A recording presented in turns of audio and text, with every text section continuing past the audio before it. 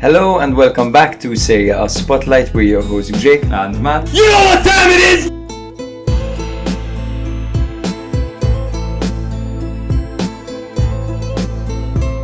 I can't tell you guys enough how much you've been my internal monologue when thinking about football for the last year. Yes! Amazing! We get to record while drinking some wine.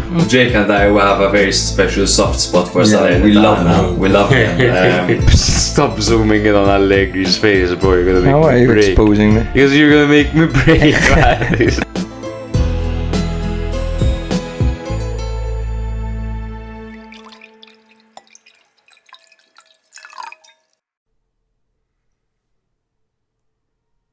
The Boogeyman is back. Everyone's least favorite team is back. And boy, do I have a stat for you. Since 2015, Sassuolo have beaten Milan 6 times, Inter 10 times, and Juventus 4 times. Hence why we are today dressed as the Boogeyman. If you support one of the top 3 teams in Serie A, today is a petrifying day. And we're here to make it even scarier on another episode of Serie A Spotlight, everyone. Welcome back. This is episode number 169. Nice. Yes. How do people do this hair thing? I don't know, to be honest. Well, I have hair, but it's not too long. We're gonna attempt to do the entire episode in this wig. Do you have wigs? Yeah, we're gonna try, but it is gonna get itchy at some point. Matchday 32, ladies and gentlemen. There are just 6 games to go after this. A lot of updates, a lot of beautiful goals this week, but even more so than the beautiful goals that we had this week were the beautiful saves. The saves were unbelievable, particularly Svilar, Turati, Yes. and Carnesecchi, man. I feel like every And week it's those Mandas. 3. Mandas had an Mandas. excellent save. Goalkeeping performance definitely goes to Svilar. Svilar, by the way, notice how, okay, we barely ever say, apart from the past 2 match days, that Svilar had a super standout performance. But how many times have we criticized Svilar? 0. Never. He is, apart from Milinkovic-Savic this season, the top keeper in Serie A. I firmly believe it. Milinkovic-Savic would have really given him a run for his money if it weren't for the last 2 games, man. It's true. He's made 2 bad mistakes in the past 2 games. Serbia are in very good hands. I think best save goes to Mandas, even though Agreed. Svilar had a brilliant one on a Romagnoli header, which was all reflexes. Mandas, the way that he scrambled full stretch to save that perfect Mancini header, a perfect header, the way he kept it out was insane. Carnesecchi had a brilliant one from Ndoi. It was a surprise Ndoi free kick. Yes, and his view was blocked, so he saw it at the end.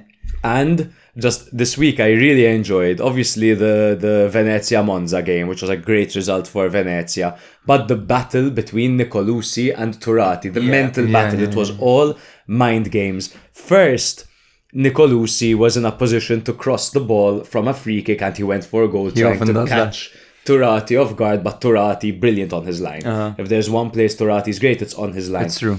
And then the second time, he places the ball down to take a free kick from just outside the area. He takes a step back, and with the same leg he's taking a step back with, takes a surprise free kick, dinks it perfectly over the wall. Turati clawed it, bro, off the line. He was sideways, and he just ended up like he went from standing to sideways in midair in like 0.5 seconds. Yes, it was an amazing save. Insane, stunning to be honest. We also had some great assists. This was the week of strikers assisting from the byline. Yep. Strikers assisting from byline. We had Lukaku, phenomenal assist to McTominay, one of the 2, obviously.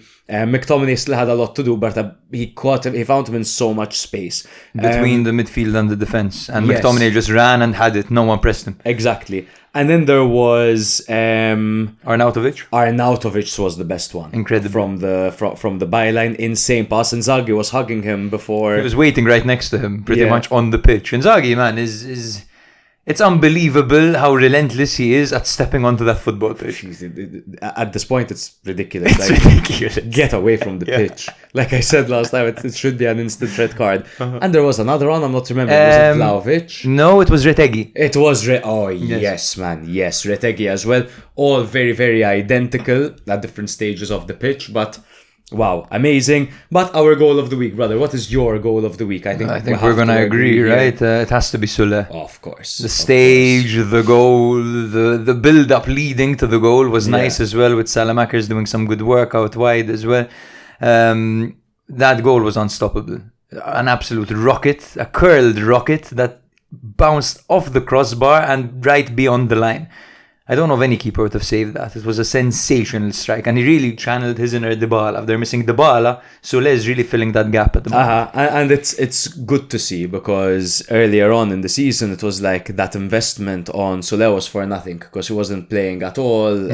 He was really struggling. He was out of favour. But finally Ranieri has shown faith in him, and that's his 4th goal this season. It's actually his first one at home. So before that he was scoring away only, well, at home in the Stadio Olimpico.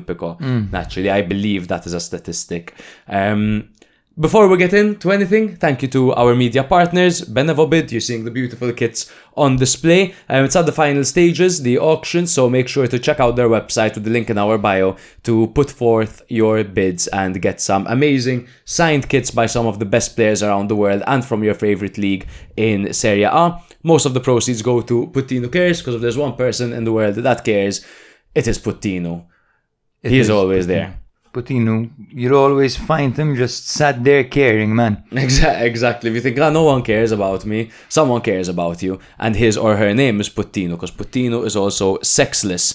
If you guys are new here, make sure to follow us on Instagram, TikTok, Twitter, and YouTube. Rate us 5 stars on Spotify or wherever you get your podcast. We do weekly episodes covering each match day, and have weekly bonus tactical analysis episodes called Tactics Imperium by John Leah, and we also have a blog on our website if you prefer visual aid to your tactics. If you really love us, become a patron. It's $3.99 a month, and you can win a free kit if you win our fantasy league. Yes, currently in the running to win a free kit, and Alan is giving him a close run, but I think he's just clear enough. So Joey D is on 2,452 points, while Alan is on 2,379 points. Yes, Joey D's team name this week is Emanuel Ghiazzi. Yes. He gets it. It's never ending. It's never ending. He is, honestly, patron of the season, I think. Absolutely. Joey D, what's your job? Because you're so creative. You need to be the creative mind behind one of the biggest companies in the world, man. Agreed, absolutely agreed. Yeah, we'll bring him in as our head of creative. So yes, if you would like to take part in our fantasy football league, you can subscribe to our Patreon. As Matthew said, it's $3.99 a month. You'll be added to our WhatsApp group chat. And more importantly, you will be supporting our content and aiding in making whatever is around us better. In fact, whatever is around us is all thanks to you guys. We use the Patreon money to buy the frames, to fucking get the technology, that we're using. Yep. So yeah. Like we said, one of our microphones has got to go. Thankfully, it's the 3rd one that we use for a guest, so we've put it on the side right now. But we really want to improve. In order to obviously improve, support is needed, and we would appreciate anyone's support. If not, it's okay. We still love you. Connect with us, engage with us. We can still be friends. Let's head over to the rundown. A lot happened this weekend. A lot of movement actually this weekend. Yes, the league leaders are still the same, but the relegation battle, the race to top 4, everything is really changing with 6 matches to go. So there's Inter 3, Cagliari 1 as Inter stay first following their dominant victory against Cagliari right after beating Bayern Munich 2-1 in Munich with a late Frattesi goal. They now play them again tonight. Can they make the Champions League semi-final once again? Napoli kept the pressure up with a 3-0 victory over Empoli thanks to a McTominay doppietta and a very, very inspired performance by Romelu Lukaku. It's before we were really praising Raspadori and what he was able to do alongside Lukaku. It's almost like as long as you've got some sort of a secondary striker attacking midfielder next to Lukaku, then they'll become the best player in the world because Lukaku is there. His hold-up play is next level. Next level, bro. Next level. Phenomenal. There's no one better at hold-up play as an attacker than Lukaku. Yeah. Atalanta have shut the European door in Bologna's face, defeating them 2-0, maintaining third and allowing Juve to jump to fourth after their 2-1 victory over Lecce in what was probably Juve's greatest 45 minutes of the season. That was probably the game of the week in certain ways, apart from obviously the Derby della Capitale, because that was a direct encounter for top four, and a very impressive win by Atalanta, who seemed to be on bad form, and Bologna seemed to be on good form. But these direct encounters, form does not matter at all. There was the Derby della Capitale, which ended in a draw, as both sides gave it their all, and Soulé's equalizer was the absolute highlight of that, and it was symbolic, almost the passing of the torch from Dybala to Soulé. Milan's new 3-4-3 formation showed great promise as they trashed Udinese in their backyard, 4-0. We've been crying and screaming and protesting for the 3 at the back formation. They've done it 5 episodes ago. We literally said it has to be done. For the international break, there was enough time for that to be implemented, to sturdy the ship, and now, I'll save it for the Milan part, but it feels like too little too late, you know? I mean, granted, maybe there's this kind of weapon that can be used in the Coppa Italia against Inter, and maybe, okay, it can take you on a push to a European spot until the end of the season, an Europa League spot or a Conference League spot or something like that. But I think had this been implemented right after the international break, Milan could still be in the running for that top 4 spot. Because Milan absolutely have the players for it. Exactly, it makes perfect sense. All of Milan's wing backs suit that more. All of Milan's centre backs. There are so many pros. We'll get into the potential cons as well when we discuss the Milan game. Fiorentina 0, Parma 0. Fiorentina's impressive spell has come to an end after they put in a disappointing performance over here. Moise Kean had the opportunity to find the winner, but he missed. Rare for him this season. Venezia have taken a huge step in the right direction with a victory over Monza, as they are now just 2 points behind Lecce, who are in 17th. Monza are beyond relegated, and Sassuolo have taken their place.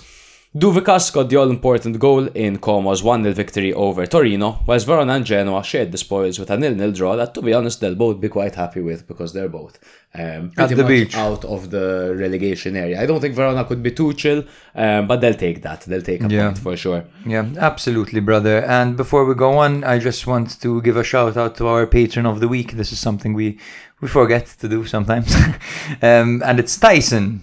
Tyson, our resident Parma fan at the Spotheads group chat, who met Salomon Kalou. Yes. Oh my God, that's absolutely what that was. Crazy. He sent a picture of himself with Kalou from, of course, Chelsea's 2012 Champions League winning team. He is a football legend, and now he looks sharp, Tyson.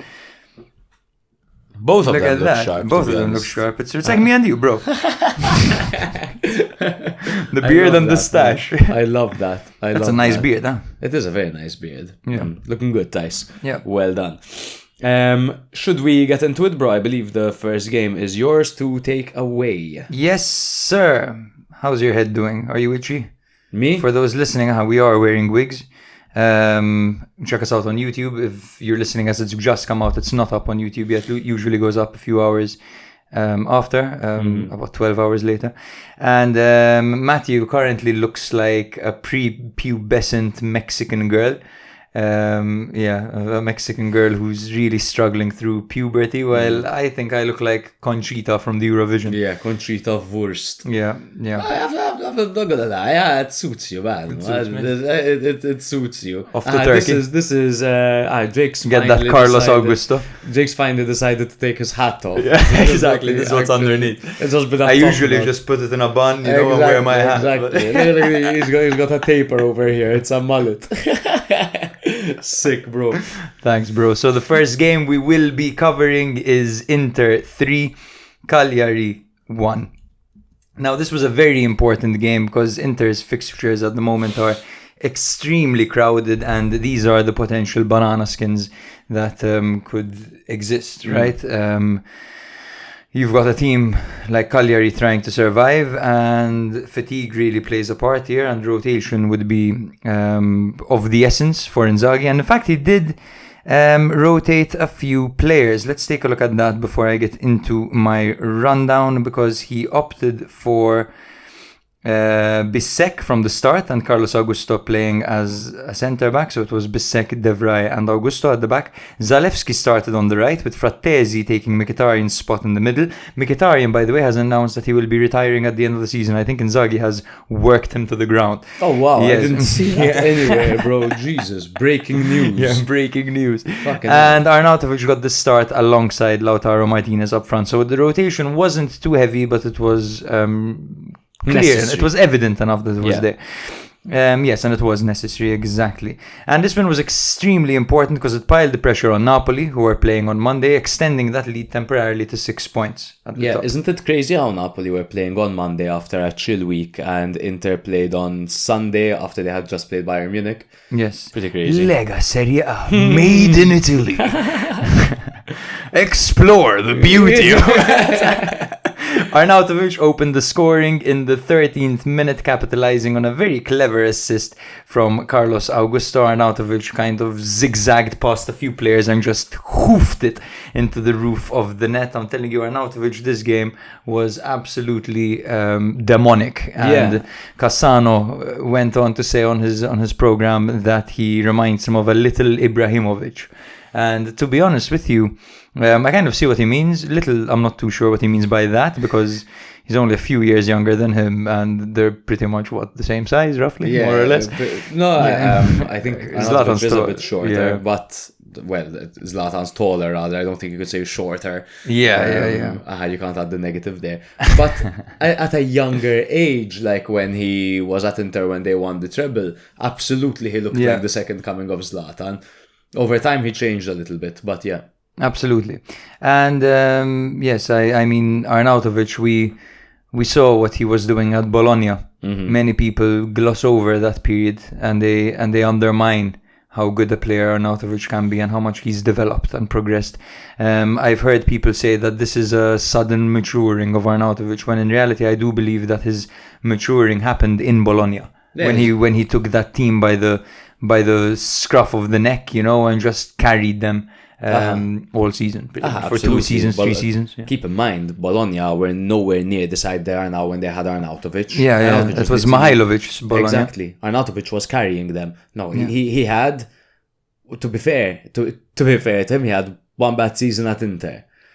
Otherwise, Arnautovic has been a solid player. Since the Bologna days, yeah. Maturing of him. He's finally gotten used to this very particular Inzaghi system, I guess, and found his form, right? He was also the one, by the way, who told Motta, take care of the kid, referring to Zirkzee before he left. Yeah, so very nice over there. So Lautaro Martinez doubled the lead before halftime with a delicate chip following a superb no-look pass by Arnautovic. That was a no-look pass, wasn't it? He didn't like It was. Yeah. It was fantastic, bro. It was sensational. Assist of the week, if that's a new thing we're doing. Definitely. Cagliari pulled one back early on in the second half through Piccoli's header. It was one of those headers that he heads into the ground and it bounces into the top corner. Absolutely beautiful. And it briefly did raise concerns of a repeat of Inter's recent second half struggles. Yeah. So shortly after, however, it was Bissek who restored the 2-goal cushion with a header that was so powerful that I couldn't believe it, to be honest, upon first watching it. Then, of course, you see the replays and it slows it down and kind of takes away from it a little bit. But in action, that header was so powerful by Bissek. It's only his second goal of the season, but he's so dominant in the air. He has the stature for it. He's strong. He's very, very athletic as well. And he's at the perfect place with Inter if he wants to get to the end of these crosses. I'm just surprised he hasn't done it more often if he can hit them like that. Absolutely. That was Di Marco with the assist. Of course it was. In the 55th minute. And I have to give a shout out to Cagliari's Di Marco in Augello. who can whip in the dirtiest crosses, the most underrated crosser of the ball in the league, potentially, Augello. I love the way the season especially, he's really upped his game. I love the way he leans back. His demeanor when he's crossing is very good. It's very David Beckham. It is. Beckham used to lean back like that in a very similar way. He can really whip a ball in, and this was a lovely cross to Piccoli, who's really enjoying the service this season. Zortea on one side gives you something completely different than Augello does on the other side, which is a nice bit of balance on this Cagliari team. It is. Yes, Cagliari pushed on late and they introduced Zito Luvumbo to try to disrupt Inter a little bit, and he did cause chaos. He played on the right, then he was on the left, then he was playing down the middle. They really tried to use him to find a solution. However, they held firm, and De Vrij had an incredible block off the line. Where he stood like a tree, completely unmoved. It's like the ball hit the post. Go watch the replays. It was great defending. It was really good. It was good to see because earlier he had just been outpaced by Piccoli and made to look really human. yes, there was Piccoli on the break, even though that didn't really amount to anything. But also Inter showed vulnerability when conceding that Piccoli header. The communication between the two left backs in Augusto, who was at left centre back, and Di Marco, who was at left back, the ball was played perfectly between them, to be honest. But unmarked he was, Piccoli, completely unmarked. It was a free header. That's true, bro. So De Vrij did well to kind of compensate for that earlier. Inter's kit this game, just to move on, was a special Valentino Rossi inspired kit, by the way. A lot of special kits this week. Cagliari, of course, had their, I don't know what was the symbolism, but the text, I believe, was in Chinese. Yes. I think it's Chinese. I'm sorry, I have no idea. Someone out there is like, fuck! It's Korean! I have no idea. But yeah, I mean, definitely not Latin. Let's put it that way. And there was also Napoli had a really nice kit. They did on display. A really, really nice kit. They really did. Inter's victory came through, I think, mostly the wing backs providing width, the midfield dominating, the rapid transitions. These are the staples of this Inter team. This is what they can do, even if no one's playing particularly well. They've got the basics completely done, completely sorted. They can rely on them. And then if one player pops up with a little bit of brilliance, it helps that. This game, it was Arnautovic. Yeah. Yeah, but the transitions were there. The playbook by Inzaghi was on full display. I have to say, man, I've been super impressed by, now, as we've been saying before, Inter don't exactly have the perfect players to rotate because they're very unique and might not fit the exact system that Inzaghi looks to implement. But a shout out to Carlos Augusto, who, when he replaces Di Marco at left wing back or when he plays as a left centre back, he shows, he's excellent going forward. He's Monza's top scorer in Serie A, I believe, to this day. Yeah, he is. That's actually... I'm not sure if Mota has overtaken him, but could be. He was definitely their top scorer this season. They got promoted, or their first season in Serie A, rather.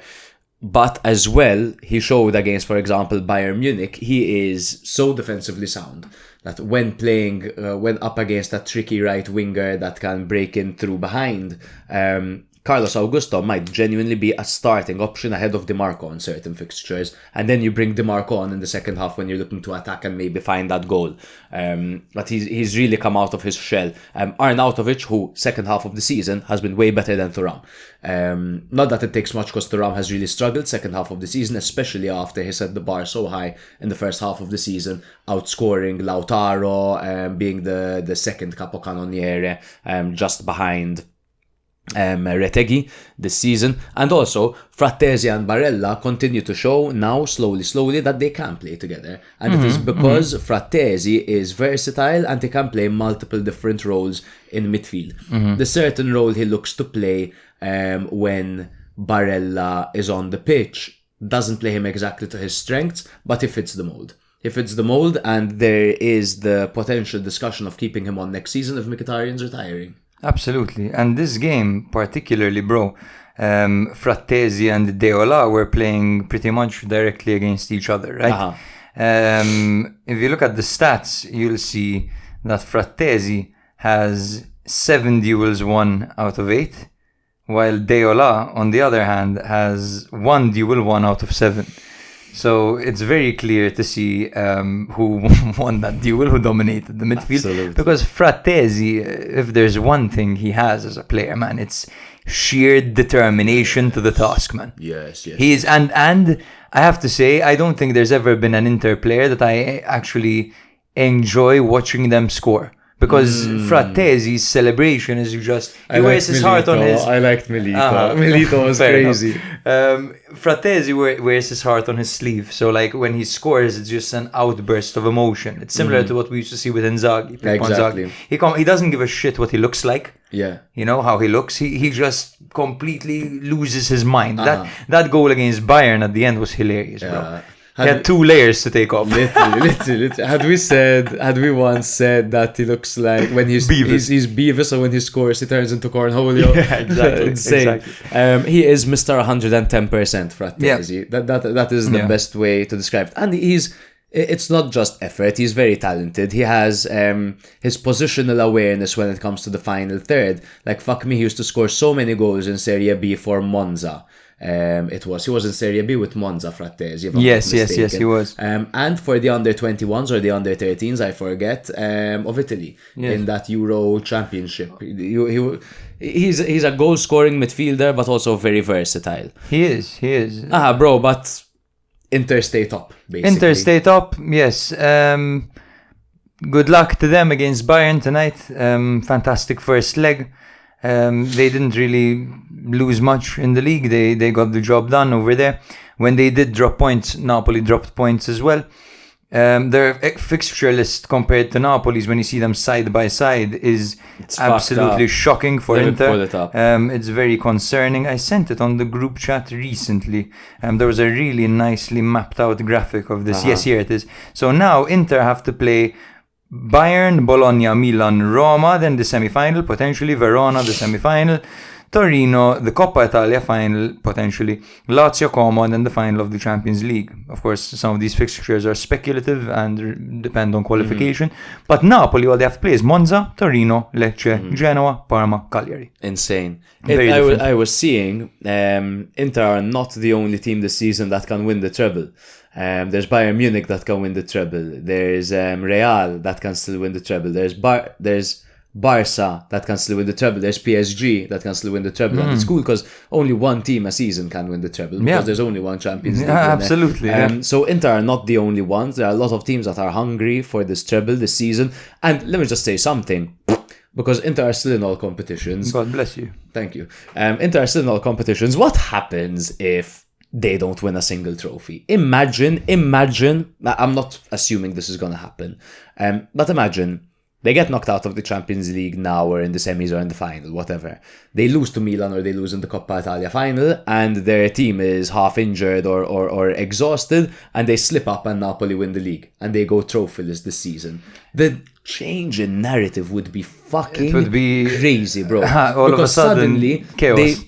Because suddenly people will... Because Inter haven't played incredible football this season. They've downgraded technically from their performances last season. Of course, fixture list, injuries, so on and so forth. Fair enough. But they're getting away with that at the moment because they're in every competition and because there's the treble and they can win multiple trophies. But imagine they win nothing. That would be interesting. It would be. There would be many come mai chants going on in Milan. La Champions League to non-eventually. Yeah, but yes, imagine that, and imagine Milan win too. Crazy. Look at us, just two Milan fans. Just two Milan fans sitting here in Sassuolo kits like two masochists wearing a wig, sweating profusely. drinking so much coffee that I'm personally going to start stammering soon. You often say that we drink so much coffee that you get anxiety while we're recording. Yes, sometimes I just feel a flush from head to toe, and then I become. I'm feeling I'm so itchy, dog. I'm so fucking itchy. Shall we jump to the next game? Yes. To do Napoli. Yes, we can. Good luck to Inter tonight from Serie A Spotlight. Yes.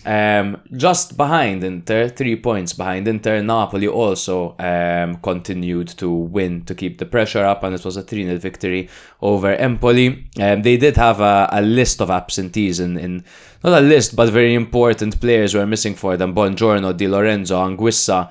But also for Empoli, who missed Kwame, Ismaili, Zurkowski, Male, Sazanov and Pellegri. Of course, some of those are long-term absentees.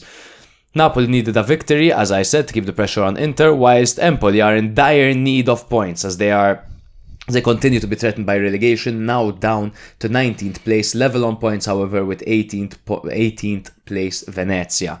So also 2 points behind 17th placed Lecce. With their last win, Empoli coming on the 8th of December in the league, of course, because then they knocked out Juve from the Coppa Italia in February.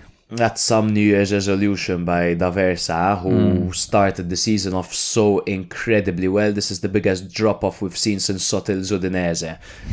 Honestly, like night and day, the two halves of the season. Yeah. And can I just say, our prediction was perfect at the start of the season when we said Empoli will be threatened with relegation, and then someone said Italian youth is going to save them, and we said I think that's actually what's going to fuck them, because in the long term, in the long run, they're going to need experience to stay up. So they got off to that flyer, but now they're lacking that bloody experience on the pitch. So I do think that despite us going back on that and saying, hey, look, the youngsters are actually doing great for them, our prediction stands true that having experience is super important. You need the veterans to pick you up when it gets tough, because they've been there and they know what it's like, right? I mean, there are a few players over here who have a lot of experience, like Jazzy has a lot of experience, but the likes of Grassi and Pezzella, for example, haven't really had a lot of experience when it comes to the very top, leadership experience.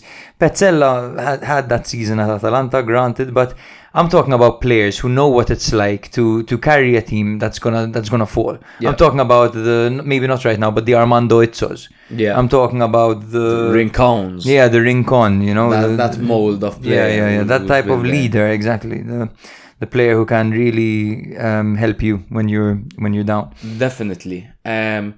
There were some emotional tributes pre-match to Napoli's history. I'm gonna butcher this, but there was the term is Cristiana Dell'Anna. Exactly, it was Cristiana Dell'Anna reciting Matilde Serrao, then transformed into a footballing fortress with over 50,000 fans chanting "Noi ci crediamo," which means "we believe." And everyone's talking about the Scudetto.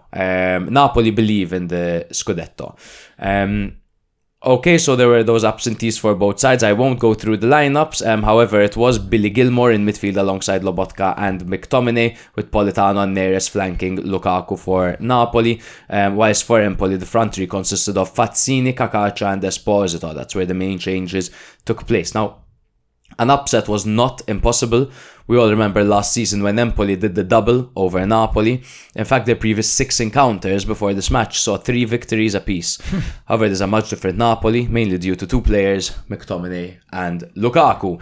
So McTominay opened the scoring in the 19th minute with a long-range strike into the bottom corner after Lukaku picked him out expertly. Lukaku got one himself at the start of the second half thanks to some fantastic play by Napoli before setting up McTominay again with a pinpoint cross, which was headed in by the Scotsman to make it 3-0. It was almost too good to be true, as in the 66th minute Lukaku played McTominay through once again, but the Scotsman hit the post. It would have been a hat-trick of assists for Lukaku and a hat-trick of goals for McTominay. One concern is that Juan Jesus was subbed off with a suspected muscle issue, which was very worrying, especially after replacing Buongiorno due to his injury. Rafa Marin came on for his first game since mid-February. I think the main talking point of this are obviously Lukaku 1 goal, 2 assists, now on 10 goals and 10 assists this season. He's the top assister. He's absolutely overtaken Leao and Nuno Tavares, I believe, are placed in second. He looked sharp, man. He looked dangerous. At this stage of the season, Lukaku has really, really woken up. He did have a spell where he was a little bit worse for wear, and he saw those. We saw those obvious flaws that he has in his game that are so easily criticizable. But if he has one strength, man, it is he brings the midfield and the wingers into the center of the park, into goal-scoring situations so fucking well. And in a Conte system that starts at the wings and looks to get through to the middle, he is the perfect man to have. Yes. And with McTominay right behind him, shout out to McTominay, the brave heart, complete performance. He said just before the game in a pre-match interview, I believe in the Scudetto hunt. He's not just talking, he's delivering, bro. These two are the catalysts. They are, absolutely. And they play like they believe. That's the most important thing. It's not just words in vain. And I think it is also worth mentioning that Lukaku, what he lacks perhaps in outstanding technical ability, even though his technique, in my opinion, is good. I like his touch. I like the way he can play the ball as well. He really knows how to use his body. He really knows how to use his body. Absolutely. Like, he'll... ask Megan the Stallion. Ask Megan the Stallion. Literally. The second the ball is arriving, he hunches forward, his ass goes up, his arms extend. He's literally creating a wall around the ball with his body, like, and you can't get it. And he's very intelligent. So combined with the fact that he knows how to use his body, he knows when to play the ball immediately one touch. He knows when to take a touch and wait. He knows when to turn and maybe outmuscle or outpace the defender. He's very, very, very intelligent, Lukaku. And I think he's made a really good fit for this Napoli team. An interesting observation as well, bro. Has there ever been a game in Serie A with this many Scotsmen? This is not my observation, of course. I believe Alan said this. But there's Henderson on Empoli. There's Billy Gilmore. There's McTominay. Yeah, I don't recall. 3 Scotsmen right on the pitch. That's pretty cool. Up the Scots. Huh? Up the Scots. Freedom. Yeah, but bro, Billy Gilmore. Libby Kakacha. He's from New Zealand. Yes. But fucking Billy Gilmore. Now I know that there was one Scott winner on the pitch, and it's Scott McTominay for the performance that he put in. All round, because box to box he is up there with one of the best midfielders in the league. Billy Gilmore. Are Napoli better with Billy Gilmore on the pitch than they are with Anguissa on the pitch? Because this is the thing. Anguissa goes out injured for, let's say, 4 or 5 games. Billy Gilmore comes in and he puts in flawless performances. Anguissa comes back for a game, scores, and then he's out suspended. Then Gilmore comes back and he puts in this performance again. And what a beautiful problem to have. They both bring something. So I don't know how it is possible to have 2 players that are so vastly different, yet they play in the same position and are interchangeable the same way that they are. That is Conte giving them, as much as Conte is that... He's almost the kind of guy that if he could control everything that happens on the pitch, he would. But this goes to show that he tells players, go out and play to your strengths. Because we see a very different right central midfielder when we see Anguissa play and when we see Gilmore play. Billy and Zambo come across as 2 very different profiles, right? It's almost like the little regista and the strong mezzala box to box kind of can do the perfect box to box player, right? Anguissa. However, they are both good at each other's strengths. So it's not like Anguissa wouldn't make a good metronome or can't move the ball around quickly.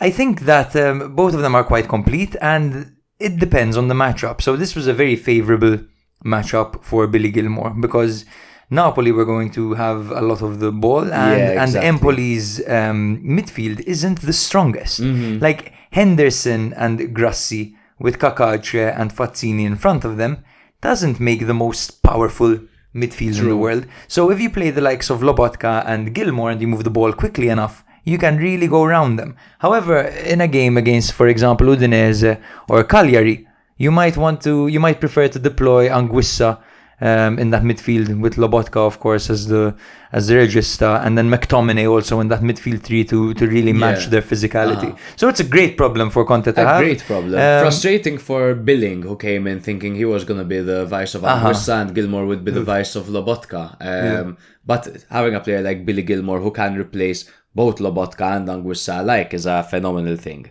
Absolutely. The Juan Jesus injury is quite an issue, especially if Buongiorno is out for a while as well. I'm not too sure. That might see Di Lorenzo deputizing as a centre-back, which is never a good thing. No, even though... there's Marin as well. There's Marin. Even though, to be fair, Di Lorenzo has been great this season. Yes, of course, but not as a centre-back in a back four. Empoli, they had chances. They had their chance, especially in the first half. Giassi had a chance. Esposito had a brilliant volley to test Meret from distance. But Napoli punished their wastefulness, if you could call it that. They're now winless in 2025, and Venezia have caught up. They have some important 6-pointers coming up, but it's not looking good for them. It's not looking good for Empoli. It's not. They were in a similar situation last season, but the difference is at around 4 games ago, they would have hired Davide Nicola. Can you open up to see what games they have left, please? Let's just go through that and we can potentially... Yes, Empoli. By the way, I have to say that I did like the way Fazzini and Esposito were linking up and the start of the game, and the first half especially. I think that those two need to play together against the smaller teams for Empoli to actually have some hope. Start off, put a defensive base and play Colombo, man, with Esposito and Fazzini behind him. The rest of the players just make sure they're industrious and defensive, and you can have a team that gets you just enough to survive. Oh, those are some interesting fucking games, man. It's up to them. It's up to them if they want to survive or not. They have the Bologna game, that's a throwaway in the Coppa. But now next game is against Venezia. Cancel all. No, that's the last game. No, it's not. It's not. It's the next game. My bad. So Empoli, Venezia is the next game. Cancel all your plans. That's happening on Sunday the 20th at 3 o'clock. Please make me be free. Fucking no, bro. Easter. I'll have it on though. I'll have it on. Have Easter fucking lunch, man. Easter calls for football on the TV. Easter's not mine. This year. I'm coming after. I have lunch. Hell yes. I have some Australians coming to Malta. So have lunch with them. Shout out Australia. Woo! Shout out David Mastrobattista. Yes. Empoli Venezia, Fiorentina Empoli, that's a derby. Empoli Lazio, Empoli Parma, Monza Empoli, Empoli Verona. And Monza might, at that point Monza will definitely have been relegated, of course. Parma will be battling relegation the game before. Verona will be at the beach. Yes. Last game of the season. Yes, in theory. In theory, they should be. Absolutely. And Fiorentina-Empoli, in theory, is a derby, so it should be 50-50, right? Right? I guess. But yeah, that's that, bro. I'm happy to move on to the next game. This was essentially a team battling relegation against a team that's battling for the Scudetto. And it went exactly that way. Now for the rest of the 6 games, it is completely up to them. Yes. We can move on to... one moment. Atalanta-Bologna. So the score ended 2-0 for Atalanta, who put an end to their 3-match loss streak and finally found a way to score goals again, because they had gone 3 games without scoring a single goal in the league, which is extremely unlike them. It's quite unheard of when you think of Atalanta nowadays. You think of this blitzkrieg of a team that you'd think that they could definitely score. Bro, we have water, sorry. We do have water, yes. Amazing, because I'm a bit sick as well. You're sick? Get the hell away. Well, don't worry, I've been fucking killing the Advil. No way, I'm sick over the weekend. Thank you, brother. There you go, my G. Shout out to Kolasinac, and we wish him the best of luck Yes. as he suffered a serious injury. I think he ruptured his ACL, if I'm not mistaken. He did. That's a third ACL rupture for Atalanta this season, of course, with Scalvini and Scamacca as well. And that is probably the last we will see of Kolasinac in an Atalanta kit, because his contract runs at the end of the season. So yes. Other than that, Ederson was back in midfield for Atalanta, with Lukman and Pasalic being tasked to play off the shoulders of Matteo Retegui, who had a new hairstyle. I call it the Kuhn Green Slickback. It's exactly. It's the same haircut, but it's just like just a full handful of Kuhn green. Yeah, Kuhn Green. For Bologna, bizarre rotation. Dare we say? Is it safe to say that this rotation is bizarre? What's this rotation for? What's the reason? Is it to rest players for the Empoli game and the Coppa Italia, where you're already there, like you're already in the final? It doesn't make any sense. That starting Pobega. Yes, so he's starting Pobega in the middle. He's starting De Silvestri as the right back against Lukman. And like, are you crazy? You know, why are you starting De Silvestri when you have Emil Holm and Calabria? You know, the Calabria and Ferguson out injured, Okay, so Calabria was out injured, sure, but Emil Holm didn't play a full game last game. You know, play him. And even if he did, he's fit enough. You know, Emil Holm is very capable of storming up and down that flank, providing both support and defense and an attack. Yeah. So yes, and not to mention, Fabian got the go-ahead to support Dallinga. So a bizarre rotation, in my opinion, from Italiano, and brave. Let's put it that way. Very brave to go to Bergamo with this lineup. And he was punished quite quickly, as Retegui scored from Bellanova's cross, and he also assisted Pasalic's tap-in, and this happened first in the 3rd minute. They caught them off guard. They caught Bologna unfocused. And then in the 21st minute, Retegui won that duel against Lukumi. And Freuler hadn't been tracking Pasalic, who ran into the box totally alone, unaccompanied. And that put them 2-0 up. And Atalanta from then on kept calm. They kept their shape.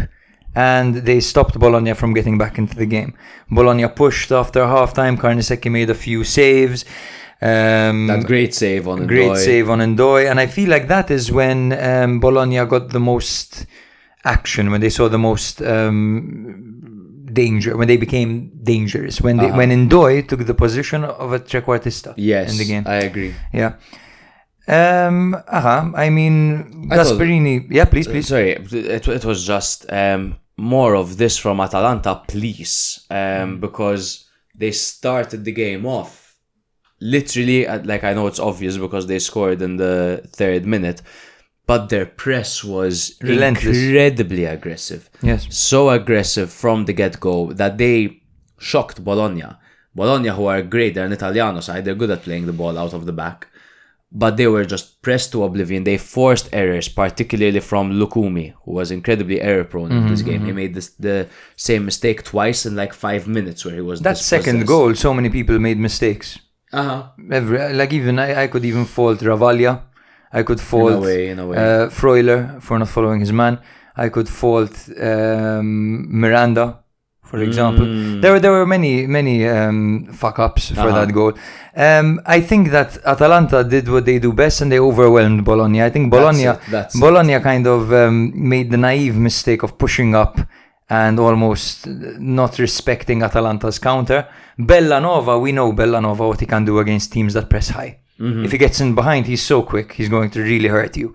And this game saw him back to his form. He hadn't contributed to a goal in a while. Yeah. So, and why is that? Because usually teams that play Atalanta play a low block, right? And Bellanova, when he doesn't have space in front of him to run, it's kind of his strengths are not available.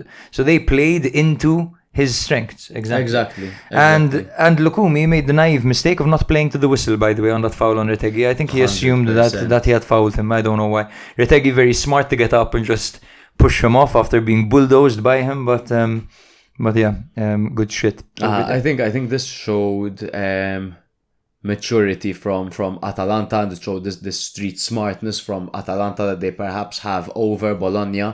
Not to take anything away from Bologna, because they are a team that play for the club, they play for the manager, they play for the fans, and there's this really tight element of togetherness and belief in the way that they play football.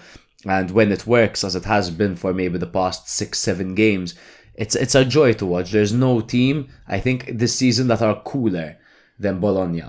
The stadium, the fans, the vibes, the players, the manager, the way they play their football, incredible team. I think Atalanta here, they did their homework, and just the game plan was executed to perfection to get those 2 goals by the 21st minute, and then it sounds classic, but to sit back, stay calm, and absorb Bologna's pressure and believe in their defense, because they were essentially defending with 5 men at the back for the rest of the game. And that doesn't mean they were giving the ball up and just piling all the men back. But they played their game. Absolutely, bro. I've looked up the post-match interview with Italiano after the game to see what he had to say about the rotation, and he did say that fitness is an issue. He said that Odegaard hasn't been 100% lately. He hasn't been able to train regularly. He did say that Pobega fits well with Freuler in midfield. They have strong physicality. It went well against Atalanta and the Coppa Italia, so we hoped to replicate that performance. Fair enough. Castro is not at his best at the moment because he took a nasty knock and is still struggling. To play his ideal football, you need players to be at 100%, he added. He saw an improvement from Dallinga recently, so he decided to give him the go-ahead from the start. So that explains the rotation a little bit. So kind of fatigue issues has finally set in. I mean, Bologna do play a very taxing, intense system, and they are not, I think the players, mostly because it's Italiano's first season, but they're not as tactically drilled into the system as, let's say, the likes of Gasperini's men. His bench, Gasperini, they've been there for a while, so they know the system a little bit better. So, obviously, not game over for Bologna, who are currently in 5th with 57 points, just 2 points off of Juventus in 4th. So, all to play for over there. Who do Bologna play next? Bologna have Inter next. That sucks for Inter as well. They're at home, Bologna. Oh, that's then they've got the Coppa Italia. Then Inter struggle in that fixture. 4th March, Bologna Juve. And I'm about to say as well, this weekend Atalanta play Milan, and Milan's new 3 at the back system against Atalanta. So I know it looks like right now it's a certainty that Atalanta are gonna remain in the top 4. But oh man, they're still there, and people are talking about it like, all right, now, okay. You scared us for a second, Atalanta, but you've definitely got top 4 now. No, bro. No. There are so many tough games left to play. Atalanta have one of the tougher runs as well. Absolutely. Nice to see Retegui coming back into his scoring form. This was just what they needed. He played so well, and he celebrated his assist like it was a goal as well. And can I just say that it may look like a simple tap-in, but that first goal, the movement was extraordinary from Retegui. He was being marked by Boukema. What did he do? He ran towards Lukumi, pulling Boukema with him. And it comes to a point where you say, I can't keep following this guy. I'm going to leave a massive hole behind me. And Lukumi is seeing Retegui running towards him, thinking, Boukema's got him. And all of a sudden, with your simple run, you've completely abandoned 2 central defenders and completely created enough space for you to tap the ball in unchallenged. No, the smartest poacher in the league by far. And of course, he's the top scorer. Yeah. But his movement as a striker, and we've said this before, his goal against Juve, that flying header, for example, the movement over there. Even the goal against Napoli, man, that goal against Napoli, he didn't even look up. He knew exactly where the goal was, and from that angle, God knows what the XG was on that. Literally. Yeah. Shall we jump onto the Derby della Capitale, bro? Yes, sir. By the way, in the last episode, I wanted to talk about this with someone, but I was on my own, of course. Well, I was in Ibiza. What is that thing on Odegaard's neck? What thing on Odegaard's neck? You haven't seen at the back of Odegaard's neck for the past 2 games. He's got this massive red. Like the plaster. It looks like something. You know they use those suction cup massages things. But it's way too big to be that. What's neck in Italian? That's the only way we'll find it. You're the one that's here about here. Your Duolingo streak, asshole. Look at that. That's. I can actually show. This is on Odegaard's neck. On the back of his neck. Someone's having a fucking gay affair with Nosferatu, bro. Fans speculate he was bitten by a zombie. Thank you, goal.com. Sponsor us. Yeah, if I find out, I will let you know, though, however. It is probably some kind of vertebrae injury or tightness that he has that he's treating. He said, it's just a medicine I'm using for my neck, nothing serious. All right. Okay. No, right, I didn't think it was serious because it doesn't look mortifying. No, it looks fine. The Derby della Capitale, brother.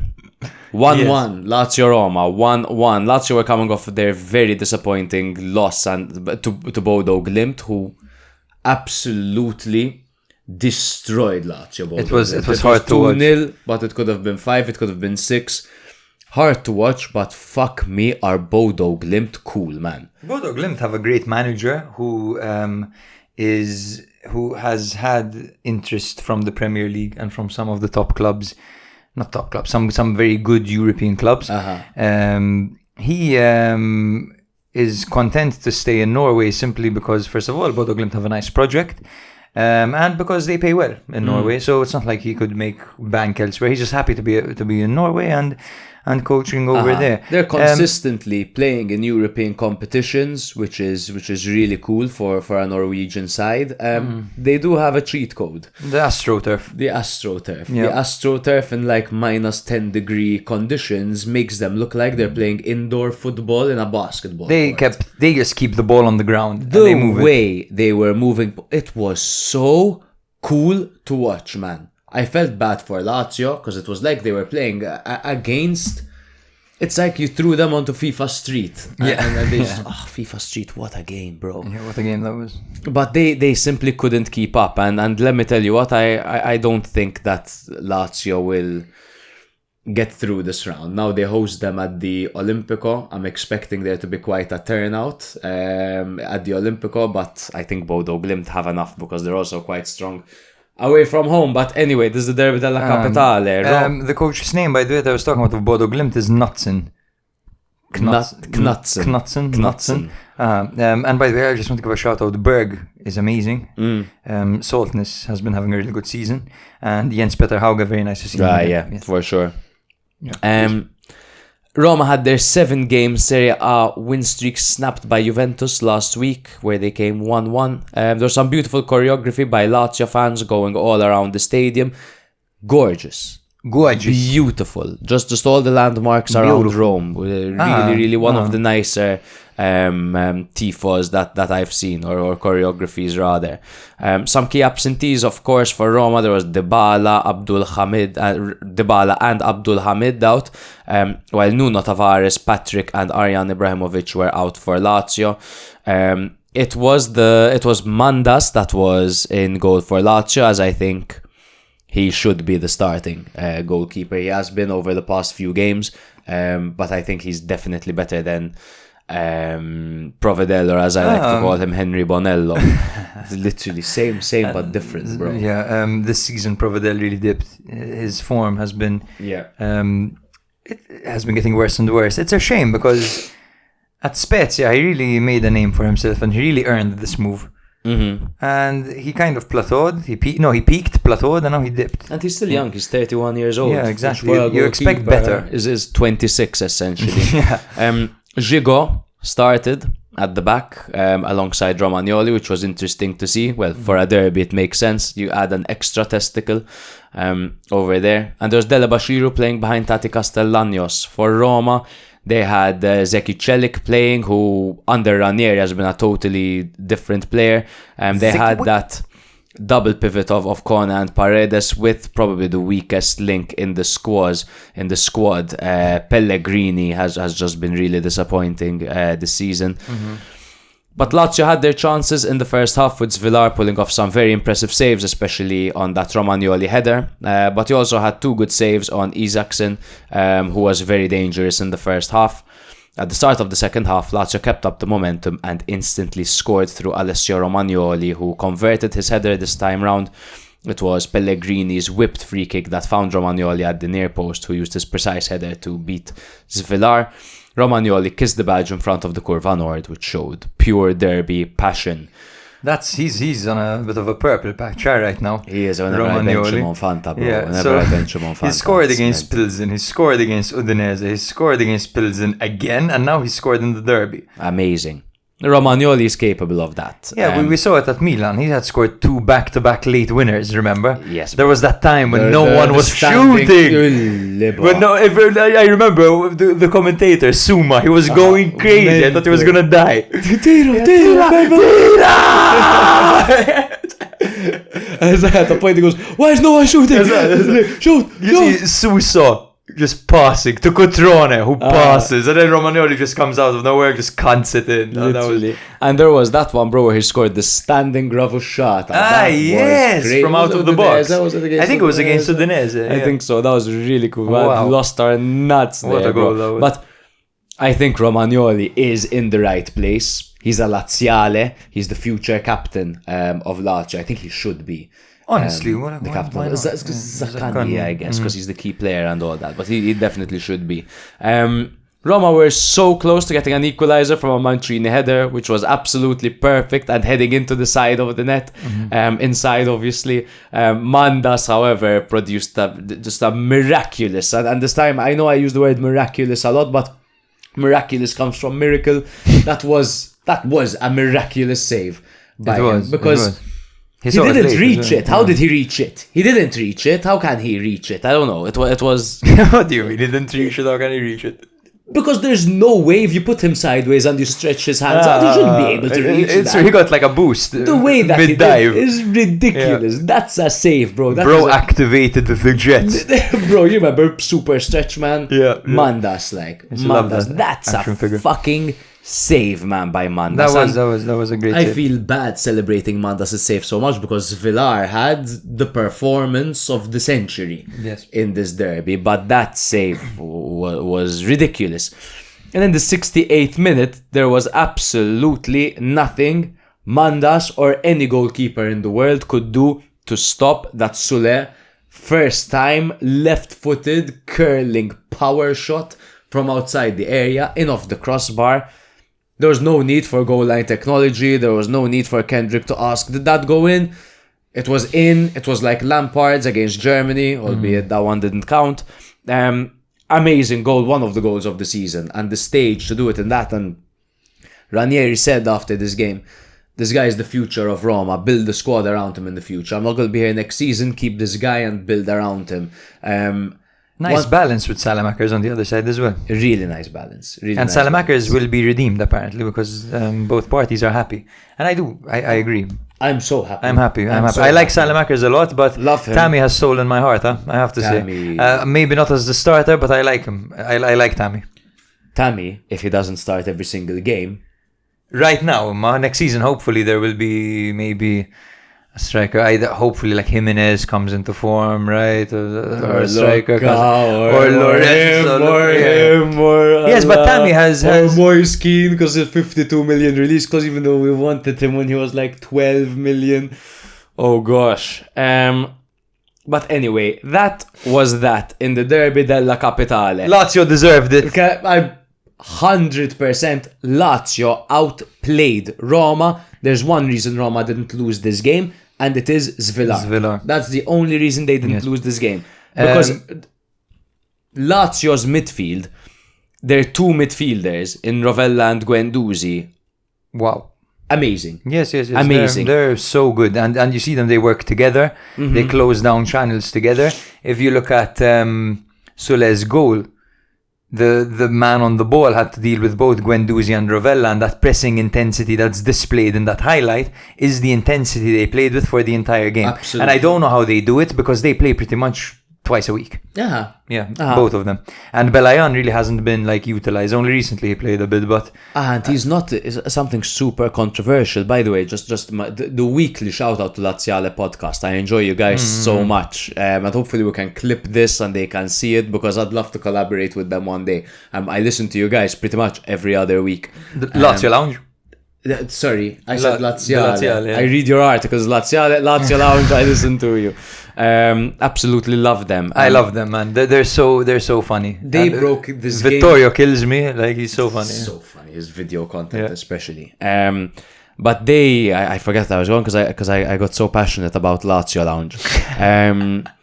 But they spoke about how Belayan hasn't been called up for Europa League football. Whilst I believe, I think they either mentioned Noslin or Chuana has been called up. So they have 6 attacking players and they don't have a replacement for their midfielders, which is bizarre. A classic fucking error, textbook. You'd expect them to utilize him a little bit more in the league, right? Or at least earlier on. They should definitely in matches where they're winning or whatever, take Rovella out, put in Belayan, because Belayan is great. One thing that I disagreed with Lazio is one of them said that he's not great on the ball. It is true that he gives you more than Rovella defensively winning the ball back. He gives you a bit of that Ben Nasser energy tackling, carrying the ball forward. But on the ball, he's a very, very tidy, press-resistant midfielder. As we've seen him at Hellas Verona, he really calmed the game down for them, which is why Lazio picked him up after just 6 months of him at Hellas Verona. He does have the tendency of misplacing a few passes here and there, but his average pass accuracy per game this season is 85%, which isn't bad, It's quite great. strong. It's quite strong. Especially when you consider he was playing for Hellas Verona for a long time, who would be pressed to oblivion, and you'd expect him to be up against opponents who are better, quite frankly. Yeah. I would like to give a shout out to Gigot, who marshaled Dovbyk into the void, essentially. With a bit of help from Roma's midfielders who created nothing for Dovbyk, who were pegged back by Guendouzi and Rovella. Yes, absolutely. But Dovbyk saw a little of you could see it in Dovbyk's face. He was frustrated for the entire game. He was. And Roma got so much stronger, bro, when they took out Pellegrini and they brought on what's his name, Shomorodov. They got a lot stronger with Shomorodov on the pitch, which actually gives them some kind. He's not a perfect player, but he actually gives them some kind of strength, some close ball control, some fucking attributes. Because some Pellegrini at this point, it's like you grab the next Romanista from alla Piazza Navona and you just toss him on the pitch. He's giving nothing this season, Pellegrini. He's weakening the team. That midfield is plagued by Pellegrini this season. Genuinely, he's done nothing, and you'd expect him to rise to the occasion in a derby as a Romanista. You know who I feel bad for, man? Baldanzi. Right. Honestly, how isn't he playing at this point? Pellegrini is he's only 28 years old. It feels like he's older, and I think the fact that Ranieri actually said that he's affected by the crowd, it's not a good look for him. No. Maybe he needs a change in environment. I don't know, but he's a Roma boy through and through. Never leave. But I think he's going to leave. Let me tell you what I think is going to happen. I think there's going to be the swap with Inter, where Inter are going to make money. They're going to make money because they're going to give them Frattesi. They're going to get Pellegrini in return. And they're going to make Pellegrini one hell of a player again, Inter. Because he's going to slot right into that system and they're going to have a plan for him. Because why would Inter want Pellegrini? Inter would want Pellegrini because they have a plan for him. And he's going to go in and Inter are going to make him top again. I'm not saying he's going to be one of the best midfielders in the league. But Inter will have a plan for him. It sounds a lot like It Inter. sounds like I just thought about it and I literally saw the whole thing. I saw it happening.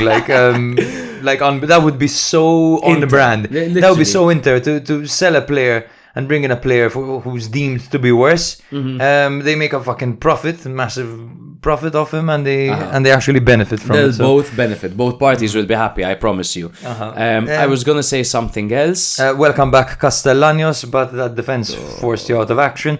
This Roma side is Cagliari from last season, and without Dybala even more so. Like, bro, I watched them play, and I'm watching Cagliari of last season. It's the same shape, the same kind of movement, the same weaknesses, the same solidity at the end of the day. And of course, Ranieri, for those of you who don't know, was the manager of Cagliari last season, so it's the same system essentially. And absolutely, sorry, I'm just going to go back to Roma's midfield. Another disappointing thing: Paredes yellow card in the 5th minute of the derby for something just off ruins the ball. your game. Stupid. I love Argentine players for the passion and the grit that they have, as really nicely paired with technical ability. I love Argentina. I like Paredes as a player, but come on. 5th minute yellow card in a derby. Are you fucking crazy? Stupid. I can see what the logic is behind because technically it's the 5th minute. It's his first. Exactly, and it's a free one. It's a free hit. Exactly, that's it. And you want to give that free hit early on in a game like this. You want to get in your opponent's head a little bit, but we have to be smart in that. You can't get booked so early on, especially when you're up against Guendouzi and Rovelli. You've got 90 minutes of hustling. Yes. That's it. And I want to say... We need a Guendouzi wig, we do need a Guendouzi. Kitty, meow, meow. I have to say, it's an absolute failed opportunity for either of these teams. Roma now, who have drawn 2 games in a row, because now they're playing the tougher opponents. Obviously, they just played Juve, and now they played Lazio in the derby. So, of course, it's impossible for them to keep on winning these games. They're in 54 points. Lazio above them 56 points. Above them, Bologna on 57 points. And then Juve on 59. Had Lazio won the game, because Lazio are a team, especially with Tati Castellanos up front, they are a team designed to be attacking and to play really, really attractive and attacking football. They're not a team made to finish their chances, though. They are not. And due to that, problem. They lose a lot of points. They lost so many games that they should have won. They've drawn so many games that they should have won. Had they won this game, they would have been ahead of Bologna in 5th place. And just, let me do the quick math, and just 1 point behind Juve. And they would have really kept the pressure up, but it's an absolute failed opportunity by Lazio. I'm hoping next season, as much as I like how Tati plays, I'm hoping they get a few players that can put the ball in the back of the net. I agree. Lazio just need to get one of these attacking players in a bit of a goal-scoring groove. They have Isaacson, who's been scoring on and off. Yes, sure, he's upped his game when it comes to goals. However, their goals, if you look at the past few games, they've been coming from Romagnoli, Marusic, Gigot. You know, rely on Zaccagni for it as well. So either Zaccagni or Castellanos, or you just hope that someone, Dia, brilliant defending by Indica. And I like that that Dia actually followed the ball despite the man being in front of him, because too many times do you see that ball squeeze through and the attacker flat-footed. Yes. So it is a positive that he flung himself to get it, assuming that the defender was going to fuck up. It just looked terrible when he couldn't get up in time. Yes, bro, that malaria ruined him. I think that's enough for the Derby della Capitale. Who's next? Is it Juve? Next are Juve. Yes, anyone but Milan, right? Yeah, because Milan are in fucking 9th, bro. Help us help you, Milan. Help us help you. We want to talk about the 3 at the back system. Juve, yes. Juve had a 3 at the back system. They did. In fact, let's take a look at that actually before. So I have not prepared any lineups because for some reason I just prepared text. For them it was Kalulu, Vega, and Kelly at the back. The KKK. No, Keika's a V. Vega's a V. Yeah, that's not. Yeah, I thought of that in the moment, and it didn't work. Now you're just racist. Now I'm just a racist, straight up. Like, It was Gonzalez on the right as a wing back and McKennie on the left as a wing back. Two atypical wing backs who put in a decent shift this game. Coop Miners and Yildiz were playing behind Vlahovic, who got himself 2 assists this game. Nice to see him back. Locatelli and Thuram in the middle. But I thought he wasn't good with his back towards goal, Vlahovic. I mean, yeah. Lecce, hairball, man. It's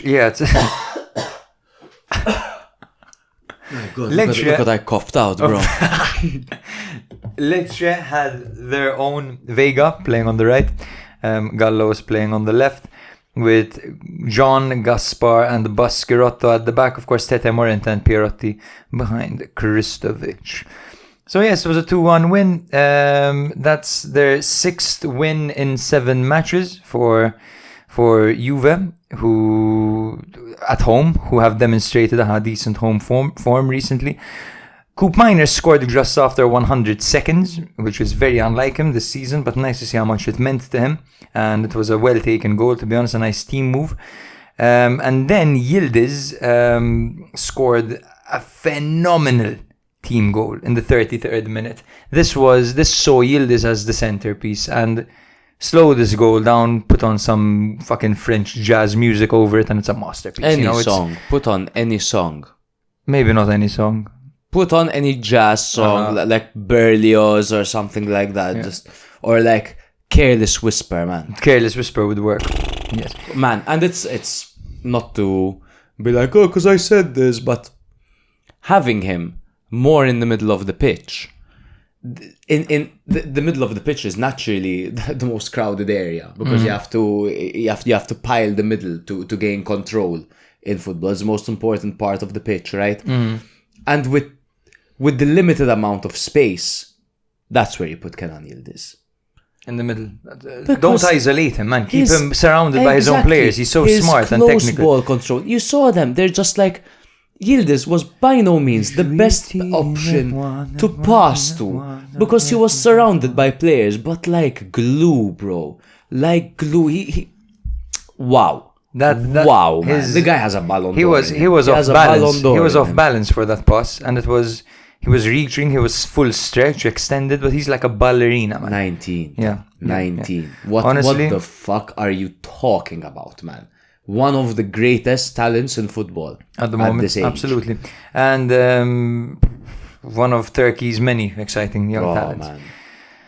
Fucking. So, Lecce fought back, and they managed to get a goal in the 87th minute, I believe it was. Yes, thanks to Baschirotto, who scores his 2nd goal of the season, and it happened in the 2nd game in a row. After not scoring in two seasons. In 2 seasons, exactly. The 2-2-2. But Juve held firm, and they actually made some smart changes, and they maintained control. A triple whammy in the 67th minute, bringing on Cambiaso, Wea and Colomwani, and then slowing the game down in the 76th minute by bringing on Conceição as well, a bit of fresh legs, a bit of energy instead of Gonzalez, who had given his all, and then Savona at the end instead of Yildiz, just to give him the ovation he deserved and to maybe improve the defense a little bit with Savona. Yeah. But yes, I thought it was a very mature display. That first half by Juve was great. Second half not as good, of course, but still dominant. They allowed Lecce a few too many chances for my liking in the second half. However, I think that overall this was a good performance, and considering where they were at a few weeks ago, I think that Juve fans will take this, at this point it looks like they can definitely keep this up until the end of the season, and the ball is in their court as they are currently in 4th, and it's theirs to lose. It is absolutely theirs to lose, bro. And they currently have that spike from bringing in the new manager, and of course, at the end of the day, this is a marginal win over Lecce. But a Lecce side that are battling relegation at the moment, a southern, passionate side fighting relegation, is not a team that you want to be playing at the moment. So this was an impressive win by Juve nonetheless. I thought in the first half, they showed us the fluidity that we were hoping they would get under Motta. Defensively, I still think there's a lot of work to be done. The amount of chances that they allowed Lecce and the goal that they conceded in the 87th minute, avoidable. I think they still need to be better over 90 minutes. I still think they're a team of one half, which has been their struggle for the entirety of the season. But that first half, the amount of chances they created, non-stop, boom, boom, boom, boom, boom, attacking football, great passages of play. And again, really, really good to see Cope Miners and Yildiz playing in those free roles. The fact that Cope Miners got a goal is amazing for him, especially after he sucked in Tudor's debut. He was the only one that sucked. But now he got a goal early on in this game, went on to have a good performance. As a trequartista as well, he did pretty well this game. I thought it was a masterpiece in early intensity and fluid attacking play from Tudor's men in a 4-2-3-1 against a 3-5-2. It was all thanks to Nico Gonzalez and Yildiz. I think they were the important pieces over here, as they really stretched the back line. And I think the double pivot did very well to Marshall Kristovic as well. Can I ask you a question? Please. Nico Gonzalez and McKennie are working really well as the wing backs. Well, what about Cambiaso, man? So he was asked about this, about some rotation, and Tudor is in, and he said, you have to put the team before everything, you have to be ready. No one should put the team in second place for one or more benches. So technically what he's saying over there is you have to field your best players. Yes. And he doesn't view Cambiaso as one of the best players, I guess. Yes. Or doesn't fit the system as he would like him to. I think his style is so intense and that it requires the fittest players and the most industrious. We know McKennie, if he's one thing, he's a bloody workhorse and he won't stop running. He won't stop running, he can't stop running. Bloody workhorse. And Nico Gonzalez as well, man, is a tireless worker. Yeah. So yes, I think Cambiaso, maybe he is technically better than all these players, especially with the ball at his feet. You can build up plays, a very modern fullback. You can deploy him as an inverted fullback in a Pep system, for example, and all that. But it's not what Tudor wants, right? Tudor wants pace and power and grit. I guess so. Yeah. Which is also why he starts Vlahovic ahead of Colomwani, because the guy clearly has his preferences and he clearly has a big pair of balls, because to come in and to bench Colomwani, who had such a great start, and it's not like he was slowing down or something. Okay, maybe he hadn't scored in like 2 games.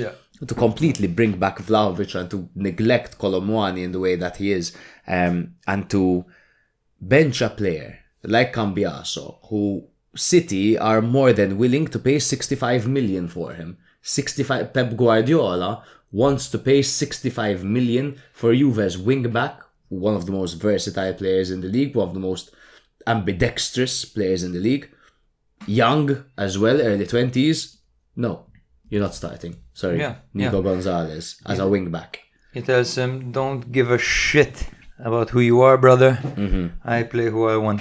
But Juve, top 4, they're gonna get it. Can we agree? No, as in it's tough, but what's your prediction, brother? My prediction. One moment, please. Let me guide you through my thoughts. Jake can't live a little. He needs to. No, I can't live a little. I need to be boring. Bologna against Inter. Udinese against Bologna Juve. Oh, this is what it's all about, bro. On the 4th of March, Bologna Juve. That will be very telling. Bologna are going to drop a few points. I have a sneaking feeling that Bologna have harder fixtures. That's it. But I just prefer the team, man.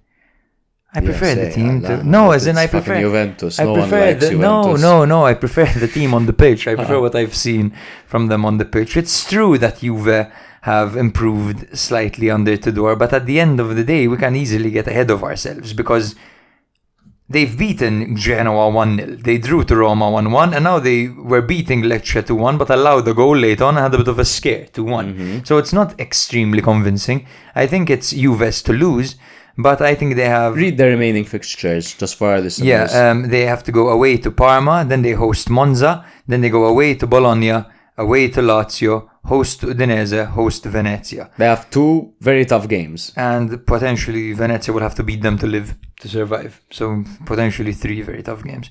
The Monza game is pretty much a write-off, unless they show up like they did against Inter. Yeah, I would say, okay, if I had to bet my money, I would bet on Juve, yes. Same, okay. Yes. We can agree on that. Shall we jump to Milan? Udinese-Milan? Yes. Finally. You ready for the next 50 minutes? Udinese 0 Milan 4. This was the 100th encounter between these two sides.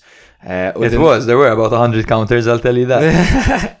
Udinese are now on a 4-match losing streak after we called Runjaic the second coming of God, basically. But they're at the beach. And let's not forget as well that he's lost every single creative player that Udinese is unavailable. Thuvan and Sanchez make all the difference. It sucks to have them both out there. You know how rigid they had Atta behind. They're so rigid like this, man. They're literally trying to play like the ball down the flanks and cross it, and it's just so predictable and slow.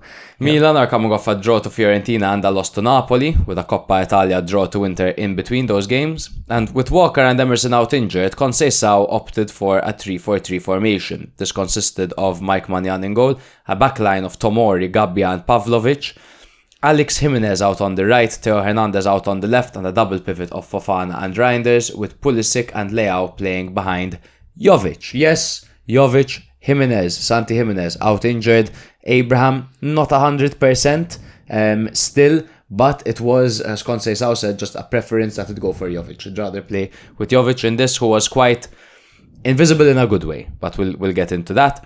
They played up against Udinese's typical 3-4-1-1 formation, as they missed Thuvan, Sanchez, Zemura, Toure and Davis. The goals came from Leao in the 42nd minute with a sublime curler into the top corner after a Fofana recovery and assist. Think of Soulé's goal, but just less crazy. Soulé's goal from Wish, unfortunately. Exactly. It was a great goal. It was a goal of the week until that moment. Yeah, exactly. Especially since it was on a Friday and it was the first goal of the week. Pavlovic with a header from a Pulisic corner. Theo in the 74th minute with a vintage Theo goal, full throttle and a thunderous finish into the near post. Reinders after some very unselfish play by Leao, who set up the Dutchman for the tap-in. Those were the goals. There was a scare in this game as well for Maignan, who was out cold for a little bit. It was a collision with Alex Jimenez early in the second half. He was stretchered off after a brief loss of consciousness, and there was a real moment of tension on the pitch. There was applause from both sets of fans, and Sportiello was subbed in. Fortunately, it's nothing serious for Maignan, who even poked fun. He said, I'm hard-headed, I'm fine.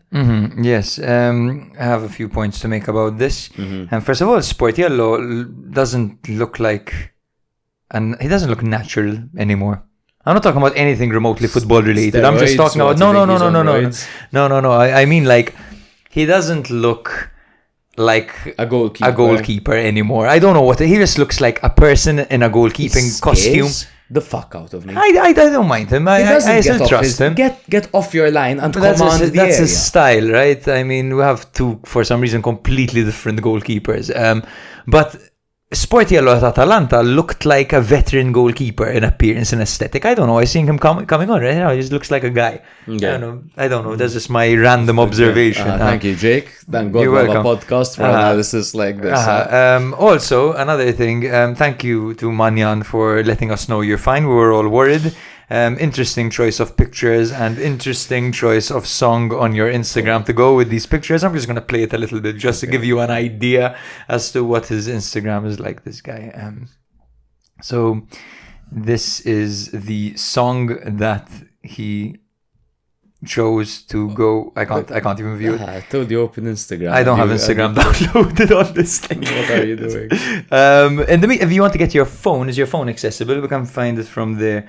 But it's just hilarious to me, you know, because he basically, we often joke, Matt and I, that Maignan on Instagram he posts like the cringiest content imaginable. He like puts the gangsterest of music. Here we go.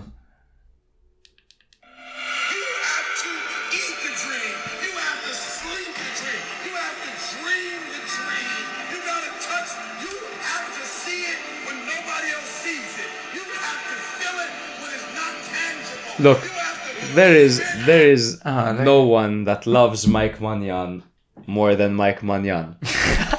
That's say more than me. No, he loves his story. He loves his story. His arc. He loves his it's brand. true. You have to eat the dream. Insane, like, bro, you are insane. concussed. What did you think? I've heard through other podcasts and through reading up that Jimenez has been criticized for that collision. I don't know. Because I'd like to know if Mannion called for it. That's all. I'd love to know if Mannion called for it. Because if Mannion goes, Magic Mike, and heads it away, he so does that.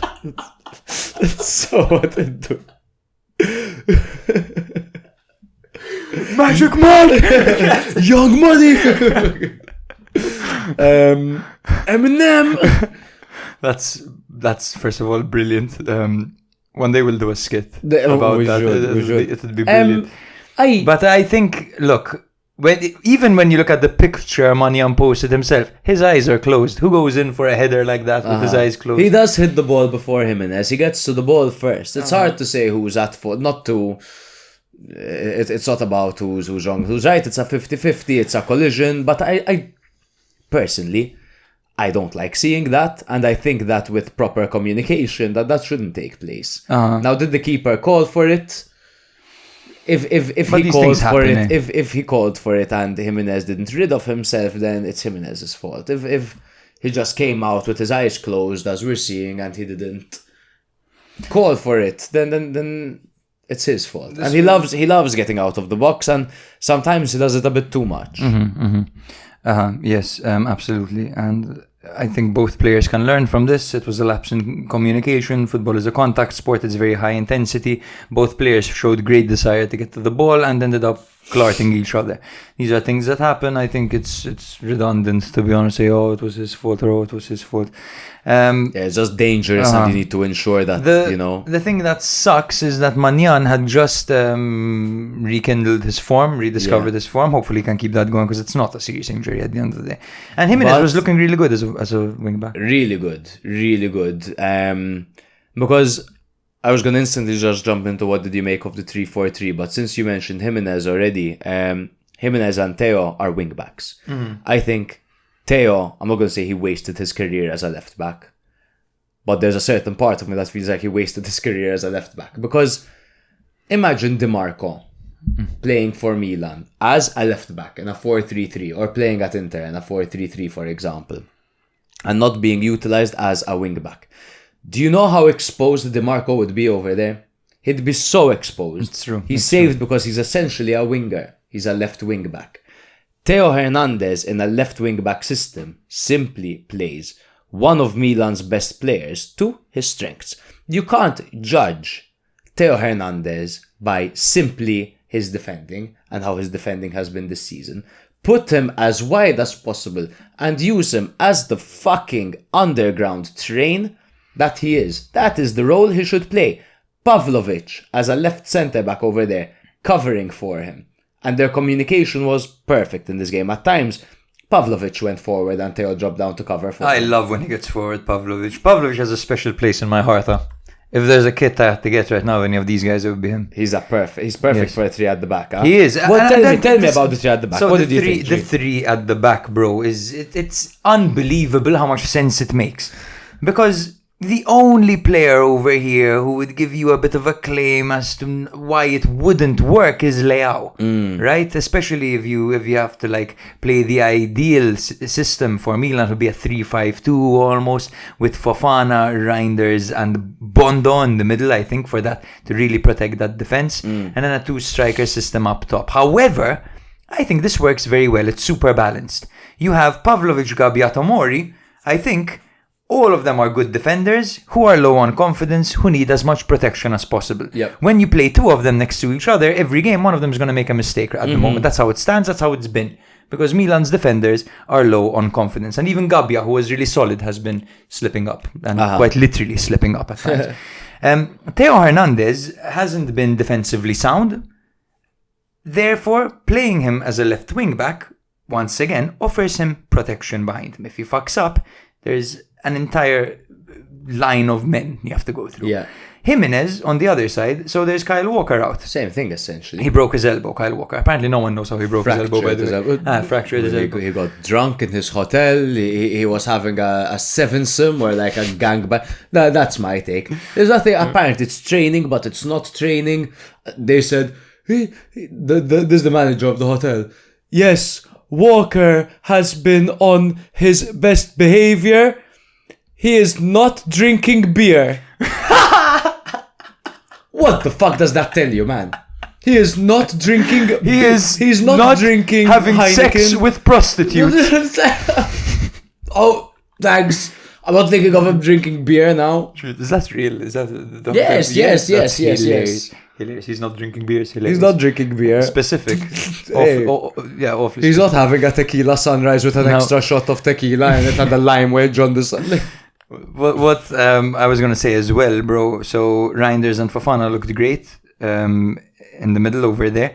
Removing that trequartista, Yes. the attacking midfielder, offers Milan so much more space. And if you look at some of the best football that Theo and Leao have played, it was with a gap in the middle to expose, to run through, to under Pioli, that counter-attacking football. Exactly. That was all like that. So I think that forcing the trequartista has always been a little bit of it. Yes, the trequartista position for Milan as of late has felt a little bit forced. When Milan needed a trequartista back in the Gianpaolo days, they didn't have one. After that, the systems didn't really need a trequartista, and yet we always ended up playing with one, even though if it was Loftus-Cheek at times. Yeah.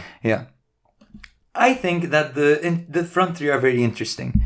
So Leao in this situation, I think, can drift inside, can play off the shoulder of the defenders and run inside. Pulisic has to do twice the running for Leao, even though Leao's tracking back has improved, in my opinion. And the most important piece is the striker. When you look at the profiles of Jovic and Tammy, it kind of allows for a very fluid offensive line, because Jovic and Tammy are very intelligent. They know how to play with their back towards goal, and they're very intelligent with their passing and not holding up play.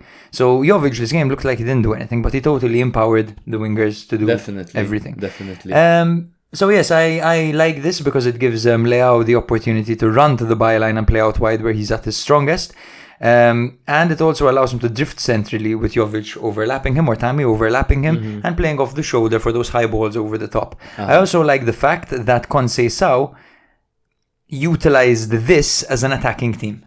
This is a counter-attacking team, because that's what Milan are designed to do. To counter-attack, to hit on the break. That's why Milan are strong. Have been good against Real Madrid and Inter and not good against Cagliari. Exactly. Because when Milan have position and we're up against a low block, you're going to run into, you could have all the pace in the world, you're running into a brick wall. But when you're piling men back and then hitting on the counter, you are creating space for yourself to attack. Yes. By simply not entering that space and then playing the ball into that space, and you dart forward into that. That's where Milan are strongest. This also allowed Milan, it allowed Leao and Pulisic and even the midfielders to be a little bit more careless. And I love to use the word careless in this case, because there was the freedom of expression. And these are players that have been playing together for some time now. There's Theo, Leao, Reinders, Pulisic. They've got great chemistry between them. Jovic is super smart as well in those areas. They've all got great chemistry, allowing them to improvise. You see that ball by Tammy Abraham at the end. What a ball. Because and you can be careless. He killed the game behind off you, completely. Behind you, you've got a wall of 3 centre-backs. Aside from that, what else did I like? I liked the addition of aerial threat that you get with a 3 at the back, because you're playing 3 centre-backs. 3 jumpers, 3 people who have all scored. Gabbia, Tomori. Tomori had a jump that was the highest in Serie A ever. Beating Ronaldo. His jumping in Sampdoria, Ronaldo's. And then Tomori's was against Juve. Crazy. Pavlovic is insane in the air. Gabbia scored that winning goal against Inter. We all know he's good in the air. No, this 3 at the back system is absolutely the way to go. Now, this is against an Udinese side that are struggling at the minute. This is their 4th loss in a row. They have nothing to play for, essentially. but they're still giving teams a run for their money. This is not an easy game. It is not an easy game. And how many times in a parallel universe, Milan played a 4-2-3-1 formation, and we're here saying, of course it came against Milan. They're on a 3-match losing streak, and they came draw or they beat us, and Milan need a win, and of course we lose against a team that has nothing to play for. That's the shit that we put up with as Milan fans. The fact that that didn't happen is great. And not only didn't that happen, but they've put 4 past them, and this was Milan's best performance of the season. It is absolutely the way to go. If I see another 4 at the back for with Theo as a left back, I'm going to lose my mind, because it's stupid. It's stupid. Yes. 3-4-3, man. Yes, and Udinese are by no means an easy game. They're somewhat of a bogey team for Milan. In fact, in the last 5 games, Milan only won 5 of them. Yeah. And there are 3 draws and 2 wins for Udinese. And just an additional statistic, this is Milan's first clean sheet in 9 games. 9. Oh my. It's German, bro. Reinders is only the second Dutchman to ever hit double figures in a single Serie A season for the Rossoneri. Do your impression of the Dutch. There's a new Dutch player. That's when Reinders joined. There's like Van Basten, Rijkaard. I don't know, of course, I'm forgetting the other one now. Van Basten, Rijkaard. Wow, of course, it happens on the podcast. Yeah. Right? This is. Don't worry, I forget. Go on. Gullit, of course. Gullit, yes, thank you, bro. That was all I could think of was Weah for some reason. Seedorf, and it's getting like compilations of them. Then it gets Reinders, and he just goes, "There's a new Dutch player." It's like, okay, why am I not hyped after watching this? But what a player Reinders is. He's great. Pep wants him, huh? Pep wants him. Apparently 65 million, 70 million. Like, that's how much they're going to be offering. But the thing I love, and this is not only about Reinders, but we're seeing it with Leao and we're seeing it with Theo as well. For the shirt, man, and for the club. They love Milan. They love Milan. And that's Pulisic as well. These are the guys I want at Milan. Yeah, I want people who want to be there as well. It sucks when you have these players that are constantly talking about a potential exit, or Real Madrid come talking and all that stuff, right? Fuck Donnarumma. Fuck Çalhanoğlu. Fuck Kessie. Fuck all of these guys. Milan don't need them. Milan needs players that understand the weight of the shirt and of the San Siro and of the history of the club. 7 fucking Champions Leagues. Anyway, that's that for this game. Udinese, I just say, like we said, 4th straight loss. By far, one of their worst performances of the season. They looked flat, they looked distracted, they looked disconnected. They played like a team wearing flip-flops. They are safe in the table with nothing to play for, but they are not getting relegated, and I still think they could say that they've significantly improved from last season. They're just missing a few key pieces right now, and are really struggling. Absolutely, yes. The next game we're going to be talking about is... We have 20 minutes left. Don't worry, bro. That's ample time, especially for our Wisdom with the Wank segment. Did you like the song, by the way? I love the song. Nice. Fiorentina 0, Parma 0 in a match which saw 2 3-5-2s up against each other. Fiorentina did field a very good team, to be honest, one of their strongest available teams. The only players who were missing, of course, were Gosens and Colpani through injury, apart from, of course, Bove. While Parma, on the other hand, were missing quite a few players in Benedicak, Cancellieri, Charpentier, Kolovsky, Mihaila and Osorio, while Almqvist was doubtful for this game as well, and in fact did not feature whatsoever. So yes, this game. So 1 moment. So okay, it wasn't very action packed at all. It was quite a disappointing 0-0. The key moments, in my opinion, were a header by Bernabeu Leon in the 3rd minute, I believe, which was denied by De Gea. I feel like Bernabeu should have done much better. Keane missed a massive chance after Mandragora set him up in the second half. he didn't even hit the target. He slotted it wide. He tried to go for that bottom corner. And then Dodo's last effort was saved while Richardson's goal was disallowed for offside. It was a clear offside, one of those formalities where the linesman doesn't raise his flag immediately. But that would have been Richardson's first goal for Fiorentina and his first goal in Serie A. It was a super gritty performance by Parma.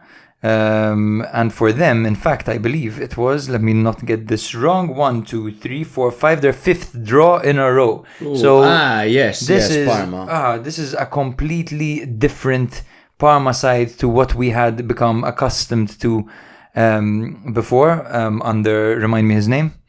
Parma, Pecchia. Pecchia, thank you. Whereas before they would win the odd game and lose 4 or 5 to win 1.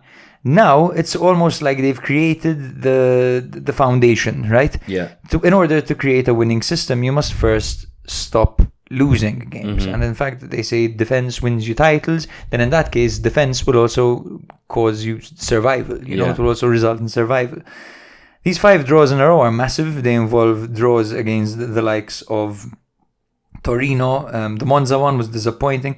Verona, Inter, and now Fiorentina. So they're by no means any easy games. I think there are some of those that they should have beaten. Verona. They should have beaten Monza for sure. Definitely. And yes, they should have probably done better against Verona. But yes, they have some difficult matches coming up next. They don't have any easy ones. Nope. They have a direct encounter with Empoli that's going to be interesting. Otherwise, lose is but however, they're not losing. So if they can continue this streak, it would be great for them. I thought that Fiorentina relied way too much on Dodo's wing runs, essentially, because Fagioli and Mandragora really struggled this game to unlock Parma's midfield. And Mandragora, apart from that ball to Keane, really did struggle as well. While, of course, Parma prioritized their defensive solidarity while using Bernabeu as a pivot to disrupt and to counter. I thought that Valeri and Del Prato did very well to neutralize the attacking threats. And other than that, Fiorentina maybe, when they tried to make their substitutions in Adli and Beltran, they added energy, but there was no real cutting edge, to be honest. And it was a very disappointing performance by Fiorentina in some ugly conditions as well. Yeah, and Fiorentina, this is very Fiorentina. Fiorentina that have been very inconsistent this season. A Fiorentina that drop points in games that they should absolutely win without a shadow of a doubt. And then they beat Juventus 3-0, they beat Atalanta, and they do this and that. But I'd like to see what fixtures they have remaining, because now Milan have climbed just 2 points behind Fiorentina. And Fiorentina had an opportunity here to make up serious ground as well in the race for top 4, since the 2 teams above them in Roma and Lazio are playing each other, and Bologna, who are above those teams, also lost the game against Atalanta. So literally every single team above them up until 3rd place, apart from Juventus, no. We're playing direct encounters. So they really had an opportunity to make up ground over here, but they didn't. It's almost like when the going gets tough for Fiorentina, they struggle. They struggled to get past Celje in the Champions League. In the Conference League. They won 2-1 away from home, and now they have the second leg that's taking place this Thursday. After that, they play away to Cagliari, which is always a tough stadium to go to. After that, they have the derby against Empoli, then away to Roma, away to Venezia, home to Bologna, and away to Udinese. There are some games that they should win over there. I can't put my money on this team getting Europe, though. No way. To be honest, the project they have is very long term. It's Palladino, a young manager. They've brought in some nice young talent. The team is pretty much new. When you look at the team, you know, De Gea, Pongracic, Mari, all new arrivals. Cataldi, new arrival. Fagioli, Goodmanson, Keane. These are all new arrivals. He died. What's his name, man? He hasn't played in so long. Who, man? Colpani's injured. He's been injured. He's also having an awful season. Terrible season. Yeah. One of the worst seasons. It was nice to see Milan Juric back as well, who had a nice moment at the end, but yeah, not quite enough. Yes, I think we can move on from this snooze fest. Let's go to Venezia 1, Monza 0. This was a great... I know it's a win against last place, but Venezia were doing a similar thing to Parma, where they were drawing. Then they lost one game, and it was against Bologna. And now finally they've gotten that all-important 3 points and a 6-pointer. It was a non-negotiable must-win match after their 6-pointer draw to Lecce. Obviously also a must-win for Monza, but they're relegated now. It's not mathematically there yet, but it will be in like the next match day or two. Venezia missed Chernigor, Stankovic, Svoboda and Sheng-Tien. Sheng-Tien, by the way. Sheng-Tien. Like their parents, his parents didn't know whether to name him Sharon or Etienne. Exactly, so they named him Sheng-Tien. Monza missed Kyriakopoulos and Pessina.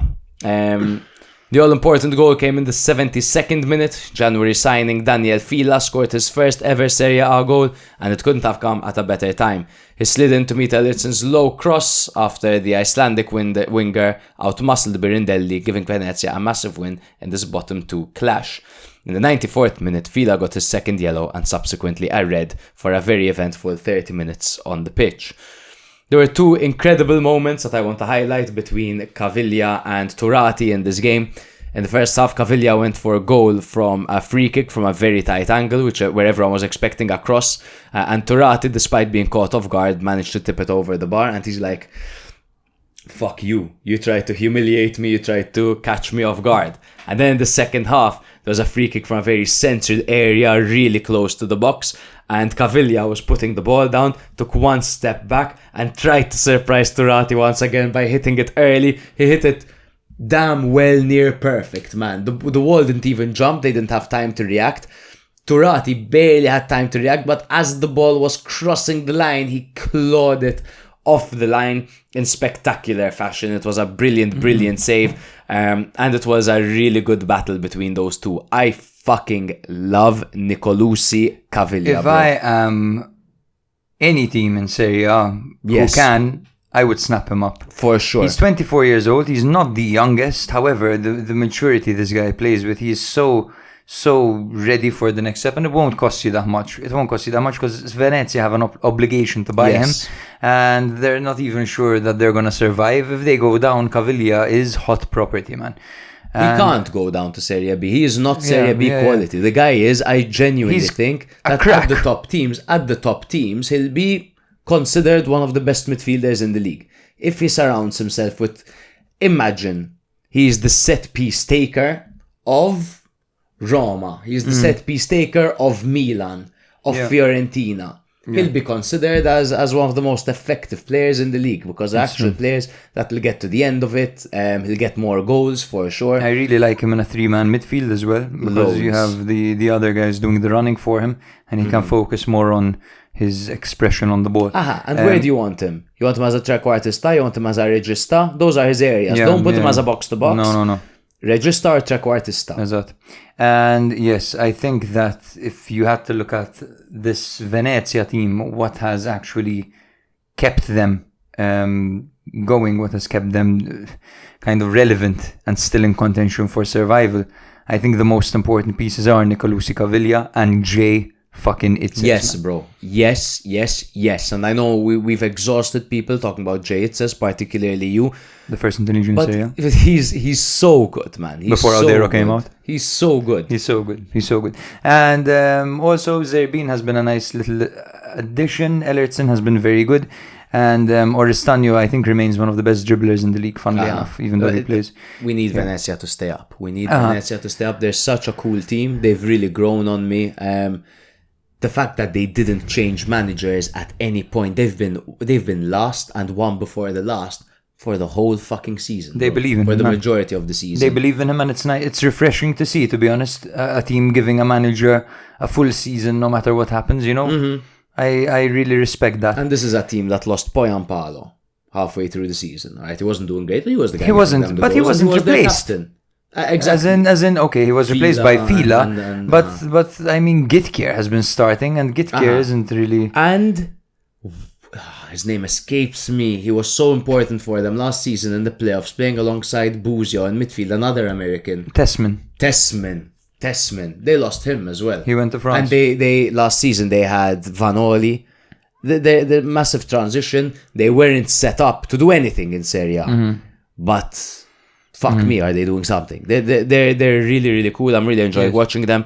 Here's to hoping that they make it. They still have fixtures that they can win. Empoli, Lecce and Parma above them are really struggling. So they can. They absolutely can. They just need to rely a bit on other teams slipping up. Agreed. Monza, ciao. Yes. I'm glad that they went back to Nesta so that they can continue to grow together and they can do that in Serie B.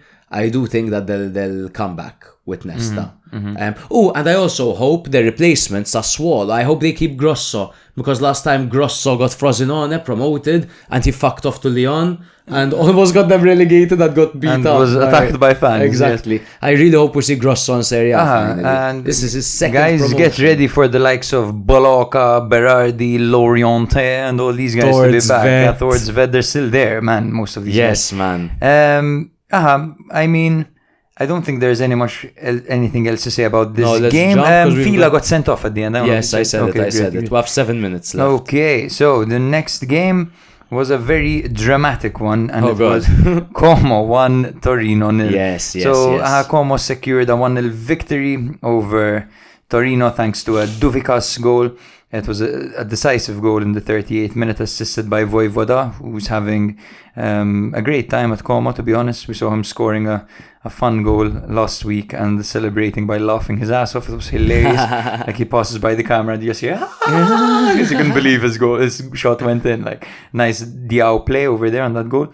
And then Torino, despite a lively start and chances from Elmas and Carroll, faded after the first 20 minutes. They did equalize late on into stoppage time.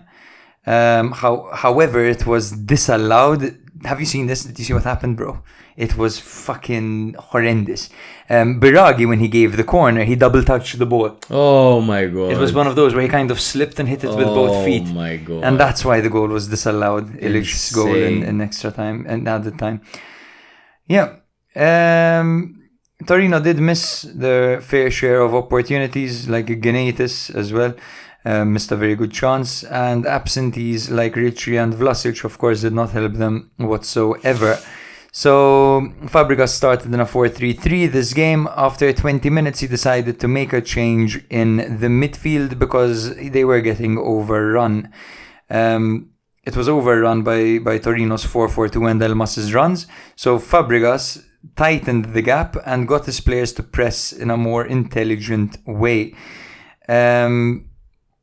The 4-3-3's midfield trio tightened up, cutting off Torino's direct passes to Linetti and Shea Adams, and Kone dropped deeper to link with Diao and Dufikas to create flank overloads, as seen in the build-up of the goal, to be honest. So Fabregas, man, really, you can see some clear changes in his adaptation. You saw he turned down Roma and Milan, Fabregas. He's doing the right thing for himself more than anything else, I think, because it hardly ever pays off, man. I think you need to hustle in an environment where you are appreciated and where you are not an imposter. And it's also, after seeing what happened with Motta to Juve, there are certain teams where joining them is almost like career suicide at the moment. It is. Juve, Roma and Milan are super tough environments to enter right now. So I think he's doing good. He's in a good space in Como. This project is his. It's Fabregas' project and everyone knows that. Everyone knows this is all Fabregas. Yes. He's making the calls. He's doing a really, really good job. This was a good win for Como. Spectacular performance by Kemp over here. Kemp played a really good game. 8 out of 9 aerial duels won. Both of his ground duels were won. He had 6 clearances. He blocked 3 shots. He was just everywhere, and it's his distribution as well. Really, really good with the ball at his feet, nice and tidy. He's been great for them this season. On your Fabregas point, I think it's a very tough thing for a manager to reject a call like that, because you're never guaranteed success where you are. And if in a second spell for Como he flops, then suddenly he's not going to have that many attractive offers, right?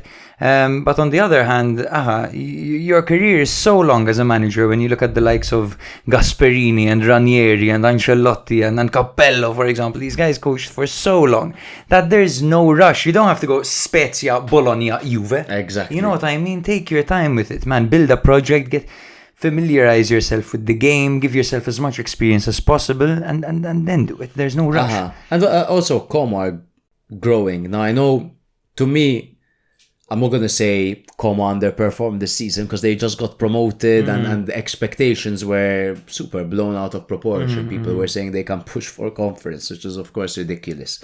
The Serie A we're talking about, getting to the top 10 is a damn near impossible challenge for newly promoted teams. But they've done well. Fabregas has done well with this team. Slowly, they're going to cement themselves as a top team. The amount of Americanization that they have with Adrian Brody at the pitch, recent Oscar Cruz winner. Ted Cruz. Is that his name? Terry Cruz. Terry Cruz, yes, Terry that's Cruz. him. He was trying to do the Henry thing at the Como game. Thierry Henry there pretty much. Whenever he doesn't have CBS, he's there. I like it. I like because it's not all them. I like you. They're of course, it's fine. I'm saying I like it because when Milan do it too much, I criticize it. But it's because Milan don't show up on the pitch. But for Como, they're from nothing to one of the fastest growing brands in Italy. And it's a beautiful city. It's a beautiful project. And I just want to see more of these guys. And another good win for them over Torino here. Yes. Do you have another game? You do. You have a nil. I have the last one. Verona nil, Genoa nil. Thankfully, there's not much to say over here. Genoa are safe, and Verona have now built an 8-point gap between themselves and 18th place, following a win and 3 draws in a row. In the last 4 games, they've only conceded 1 goal and scored 2. If you remember, 5 episodes ago, I said that Zanetti enters the pitch, spreads his ass cheeks open, and likes to get railed. Ever since I said that, again, they've conceded 1 goal in 5 games. They had Harui, Niasse and Tenkstedt out injured, while Genoa had Balotelli, Cornet and Frendrup injured. It was another clean sheet, but frustration for Verona. They were the better side overall, especially in the second half. They pushed hard, they created the most danger and even hit the woodwork, but still couldn't find the breakthrough. But still, they remain unbeaten in their last 4 games. It's solid foundations under Zanetti now. They've really kind of steadied the ship over here after that period where they conceded so many goals. With the same backline that they've had, pretty much. Not pretty much. They've had the same backline over the past 4 matches that have really gotten them the stability. It's Ghilardi, Coppola and Valentini, right? Who are showing some element of... Valentini came in January and he was a massive sign. He's owned by Fiorentina. And he's been doing really, really well. And Coppola has been one of the revelations. I keep saying revelations of the season, to be honest, in the lower part of the league. I think Genoa did well to absorb the pressure. It was quite disappointing that they didn't manage to outplay Verona because they are a better team than Verona. Ever since Vieira's joined, he's really shown the capabilities of this team. I've seen Roma are interested in Vieira. It's an interesting shout. Did you see where Davidovic played this game? Central midfield. Yeah, I'm not quite sure why. He's not exactly good with the ball at his feet. I guess it might be to... Could that be a potential reason that perhaps they haven't been conceding many goals? Honestly, maybe. Usually they play a back 3 when they play him at the back, or they try to support him. But he managed 65% of his passes, tried 9 long balls and managed 2. Didn't even win that many duels in the middle. Interesting. And he lost possession 17 times. So I would call this a failure of an experiment. I'm not gonna lie, I didn't watch this game, so I don't have, unfortunately, too much to say regarding that. But they essentially... Verona were the more dangerous of both teams. This is what you call a biscotto. Yes. I think both of the sides would be essentially pleased with this result. I don't think any of them are doing backflips celebrating, but I think they're pleased with this result. There was some drama surrounding the referee. Marchetti, there was a clear stamp on Livramento by Onana, which went unpunished. And the match got pretty tense and scrappy as Verona pressed harder later on. Not too much of a biscotto considering how Verona were moving forward and attacking. Big miss by Livramento. Huh? Yes. Yeah. But yeah, absolutely. I think we can end it there, brother. These guys didn't put much of an effort. We're not going to put that much of an effort. Exactly. Do I have a chance for wisdom with the wank? Of course we do. It's over 2 hours, but I think yes, no problem. Hand me your phone. Let's find one because I haven't prepared one, but it's not going to take very long. There you go. Thank you very much. So get this shit off me. I hate wigs. I don't know how people do this. You don't follow Simi. Oh, that's a shame. Drop him a follow for me. Sure. Okay, let's do. Oh, here we are. He quoted Spalletti over here. Yo. Uomini forti, destini forti. Uomini deboli, destini deboli. Which translates to strong men, strong destinies. Weak men, weak destinies. Fucking hell, man. This guy, wow. Wisdom with the wank, man. Wisdom with the wank in Serie C next season. Salernitana. Free falling. So there are 3 teams in Europe's top 5 leagues who are at risk of back-to-back relegations. Madonna. It's Luton in England, Clermont in France, and Salernitana in Fucking Italy. hell. And up until recently, Frosinone as well.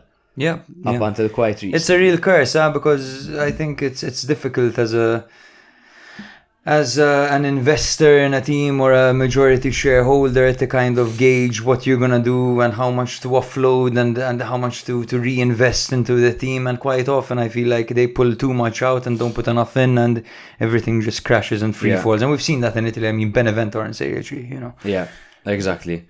But anyway, that's enough for this week, guys. We're off to watch Inter-Bayern Munich now, and obviously edit this podcast to share it with you guys. Thank you again for tuning in. We love you all so much, and we'll catch you all next week. Ciao, ciao. If you like Serie A or have ever liked it in the past, it's a good opportunity for you to listen once a week and you'll get filled in. In the football weekend, that's like the main dish. But then a few days later, you drop your episode and that's like the dessert. And the dessert is just perfect. It's good, the cake. It makes it feel like we're all sitting in a room together, just BSing with each other. The atmosphere is fantastic. I promise nobody will ask you to send boob pics. Sometimes maybe good, sometimes maybe shit. I love how you go into so much detail and show so much passion towards each and every team. Literally, no team is left undiscussed. When I listen to you, it's like I'm talking to you in a pub. It's like I'm chatting to a friend and you're chatting to me.